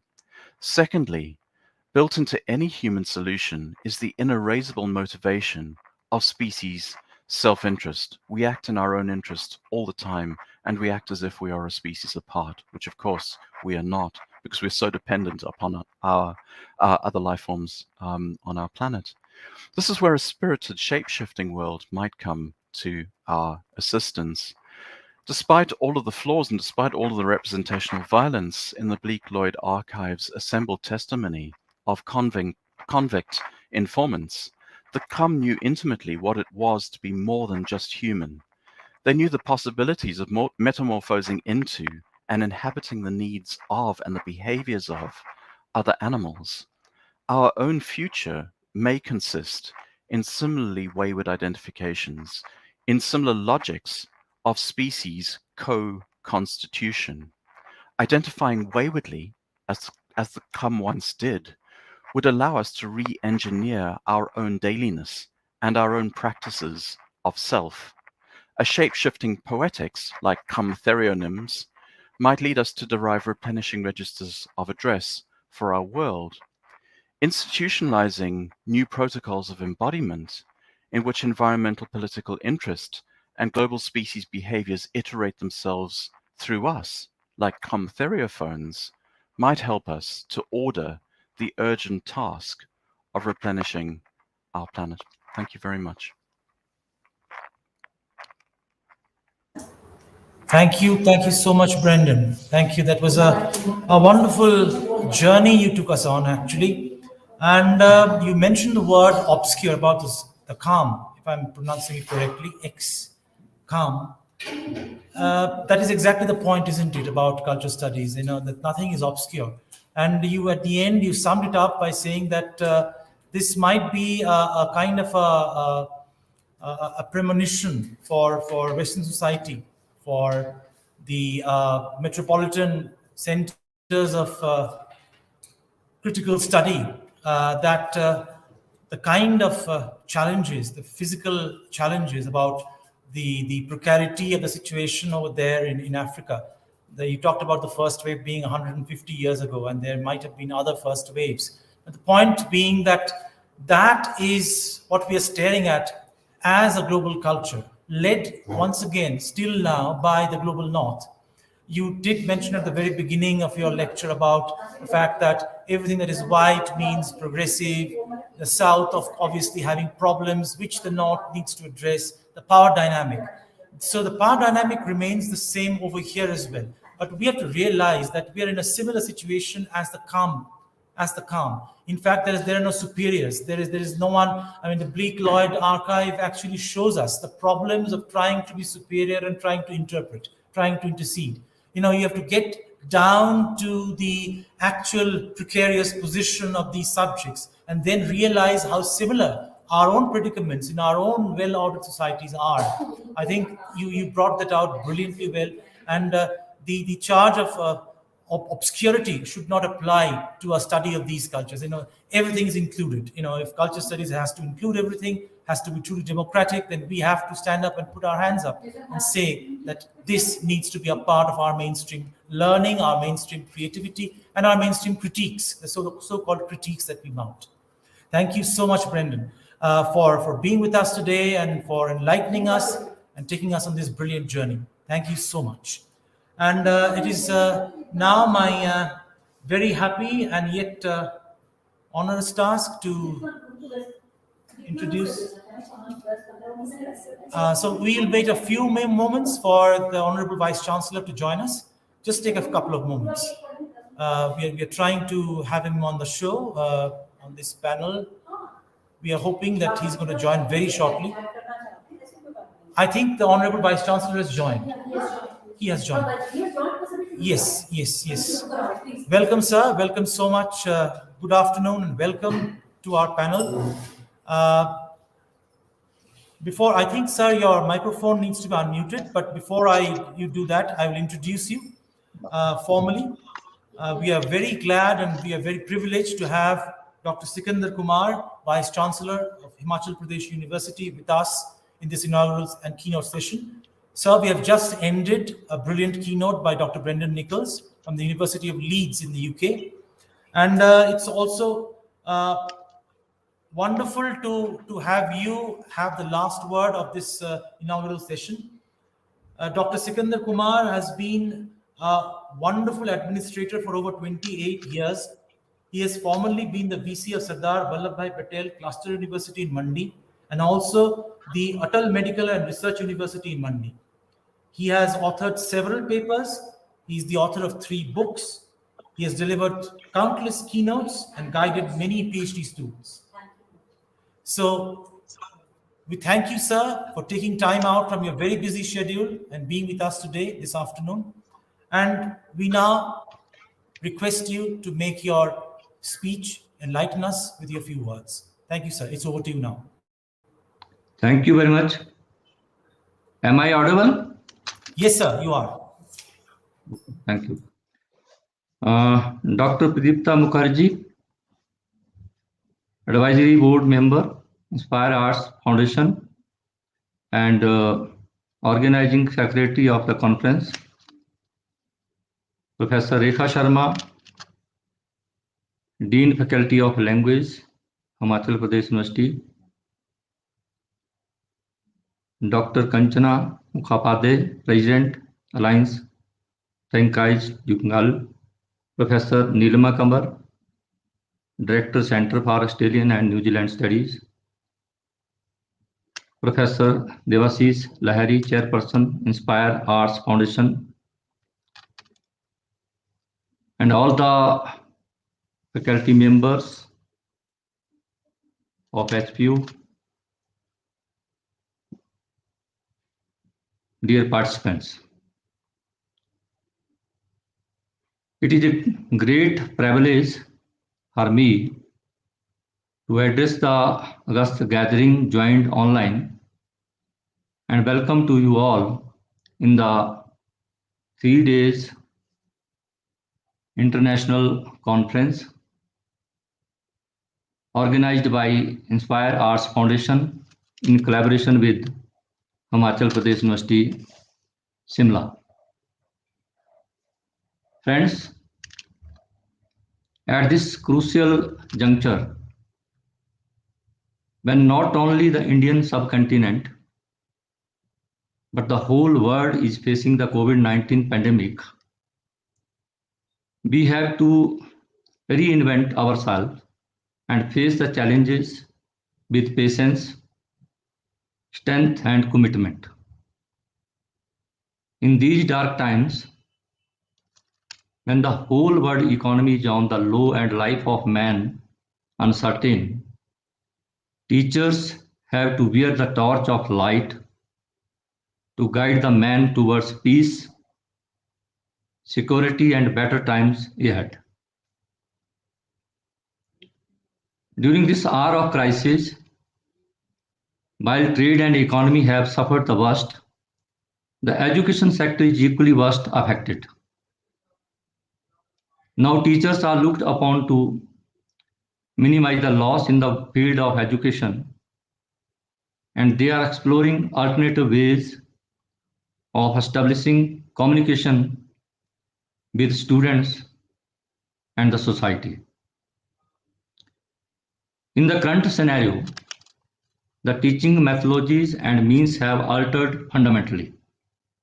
It is the dire need of the time for teachers to shift from offline mode to online mode. I am satisfied that our teachers are doing at their best even in these abnormal conditions. And I congratulate to the organizers for organizing this 3 days international conference through virtual mode in the present scenario. On the very important theme, that is cultural studies in retrospect, the history of Cultural studies is a contested field in the contemporary movement,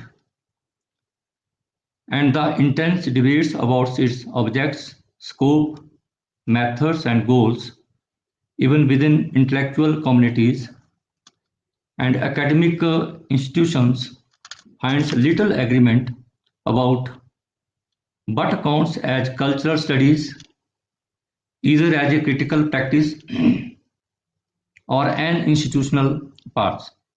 The field is, in fact, driven by fundamental disagreements about what cultural studies is for, in whose interest it is done, what theories, methods, and objects of study are proper to it, and where to set its limits. The political thrust of cultural studies homes in on how the discipline connects with unprecedented personal freedoms and affluence, at least in the developed world, new opportunities in education and cultural expression, and expanded horizons of experience for young people, women, guys and lesbian people of color, and many other social groups and identities. Cultural studies is part of an upheaval in education in which new groups entered higher education, demanded innovative courses and revisions of the curriculum, and often called for more culturally and politically relevant teaching material. As a result, cultural studies has challenged orthodoxies since its development in Britain in the 1960s and continues to be a highly controversial and contested area. Cultural studies is an arena of plenty and inclusiveness, signifying the multiple topics, disciplines, and methods that the project has absorbed. Following figures as diverse as Raymond Williams and Michael Colt, cultural studies links knowledge with power and the study of culture with society and politics. Moreover, because of its position as a crossroads or bazaar for the exchange of ideas from many directions, cultural studies has been at one and the same time a confusion of difference and an ambitious intellectual enterprise, seeking nothing less than to rethink received truths and remake inherited frameworks of explanation. On the ground of difference, debate, and disagreement, it has sought to build a new consciousness. The landscapes of cultural studies are not without their unevenness.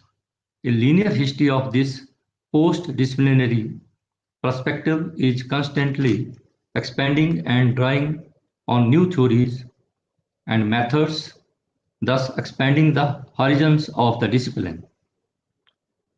These studies include literary criticism, mass society, art history, political economy, feminism, anthropology, sociology, and teaching, among other things. Following on from Startmill's early essaying of the discipline of cultural studies in Britain and taking into cognizance the 6 decades of history of its engagements with culture and politics worldwide. This conference addresses all these issues we have outlined and tries to put a millennium spin to these discussions. In fact, such cultural engagements that brings literature and art into the heart of social focus is also the motto of Inspire Arts Foundation.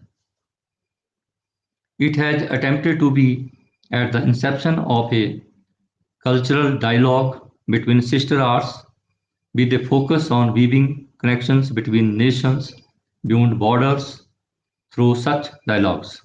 From the local to the national to the international, they intend to harvest the fields of interrelation between art forms. Inspire Arts Foundation has stood committed to a plumbing of the world of aesthetic myths.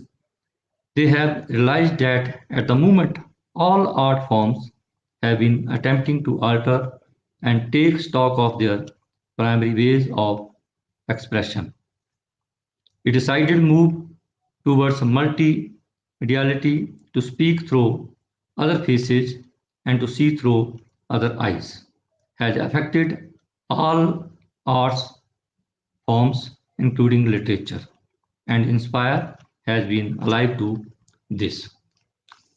Friends, I would like to call each one of you to work collectively for developing professional knowledge by combining the expertise across various disciplines in such a way that the students, society, and the country are benefited. The need of the hour is to sharpen your skills, to enlighten the students in such a way that the future generation would remember their predecessors for their good work and the fruits of which will be the satisfaction of the present generation. I also request you all to guide us since we need your support and ideas on various issues besides help from HP alumni, corporates, collaborating institutes, industries, and any other good idea which is in the interest of Himachal Pradesh University.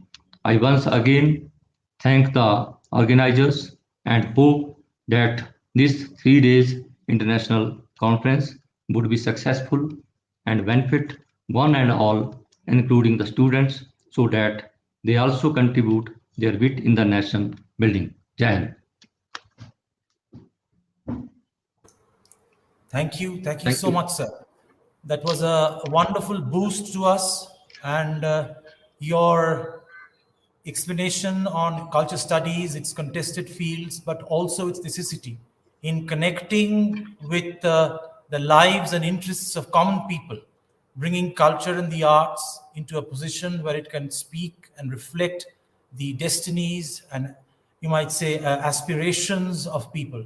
How we can, you've suggested, your suggestions are very well taken, sir, that we should devise courses that brings together different branches and different ways of learning, different knowledges, and which can obviously equip our students, who are the future of our country, to be better citizens, to contribute better, to make our country better, a lot better. Thank you so much for being with us, supporting us with your ideas and with your encouragement, your encouraging words. Thank you so much, sir.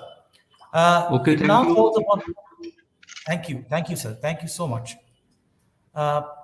It now falls upon me to give a formal vote of thanks to this session at the end of this very interesting session, where we have different speakers holding forth, introducing, enunciating, reminding us of different branches and different, you might say, credits with regard to culture studies, its history, its provenance, its long journey over the last 6 decades. We have had Dr. Pradipta Mukherjee beginning the discussion by talking about what it all meant. We had Professor Rekha Sharma holding forth on hermeneutics, on the role of mass culture. We had Dr. Nilima Kanwar referring to different aspects of legitimacy, the burgeoning of the field, the inclusion of different areas of study within its ambit. And of course, she argued also in favor of an Indian culture studies, not the Stuart Hall brand perhaps, not the American brand perhaps, but perhaps something which is more suited to the needs and pressures of history and society in our country. And then, of course, we had the brilliant journey that Brendan took us on deep into the heart of Africa, into what he very humbly says is a obscure archive, but as I summed up his talk, it was a brilliant reminder. It was a pointed reminder to us that we cannot assume the superiority of certain knowledges or the act or the power of intercession into certain systems. We have to respect. So I think culture studies, the message that came out from his lecture was that there has to be this unique ethical responsibility and a sense of respect towards whatever you're trying to read, whatever you're trying to suture together, wherever bridges are needed and wherever bridges are being built, it should be done with a proper understanding and respect for both sides in question. So I think it has been a wonderful session, rounded off by the Honorable Vice Chancellor's words of encouragement and advice for us. We will try and build on that, sir. I thank each and every one of the participants in this panel. I thank the keynote speaker, Dr. Brendan Nichols. I thank Dr. Nilima Kanwar, my co-convener, the joint convener of this virtual international conference. I thank Professor Rekha Sharma, the Dean, Faculty of Languages, and I thank Dr. Pradipta Mukherjee, without whose help we would not have perhaps reached this goal. Thank you so much for being with Inspirare, for being with me on this rather arduous and difficult journey. We hope for an equally invigorating session tomorrow in the morning when we talk about French Orientalism and its influences on modern Indian history and culture. And we have paper reading sessions even just after this. We are just in time for it. So I would request any participants who are on the air right now, watching this session, who are in the first session that is to be chaired by Dr. Mukherjee, Dr. Pradipta Mukherjee, to please get ready. We will get into that session very soon. Thank you so much all again. And Brendan, I will send you warmth, not cold, from Shimla. Thank you so much for being here. Thank you, everyone. We wind up here. Thank you so much once again.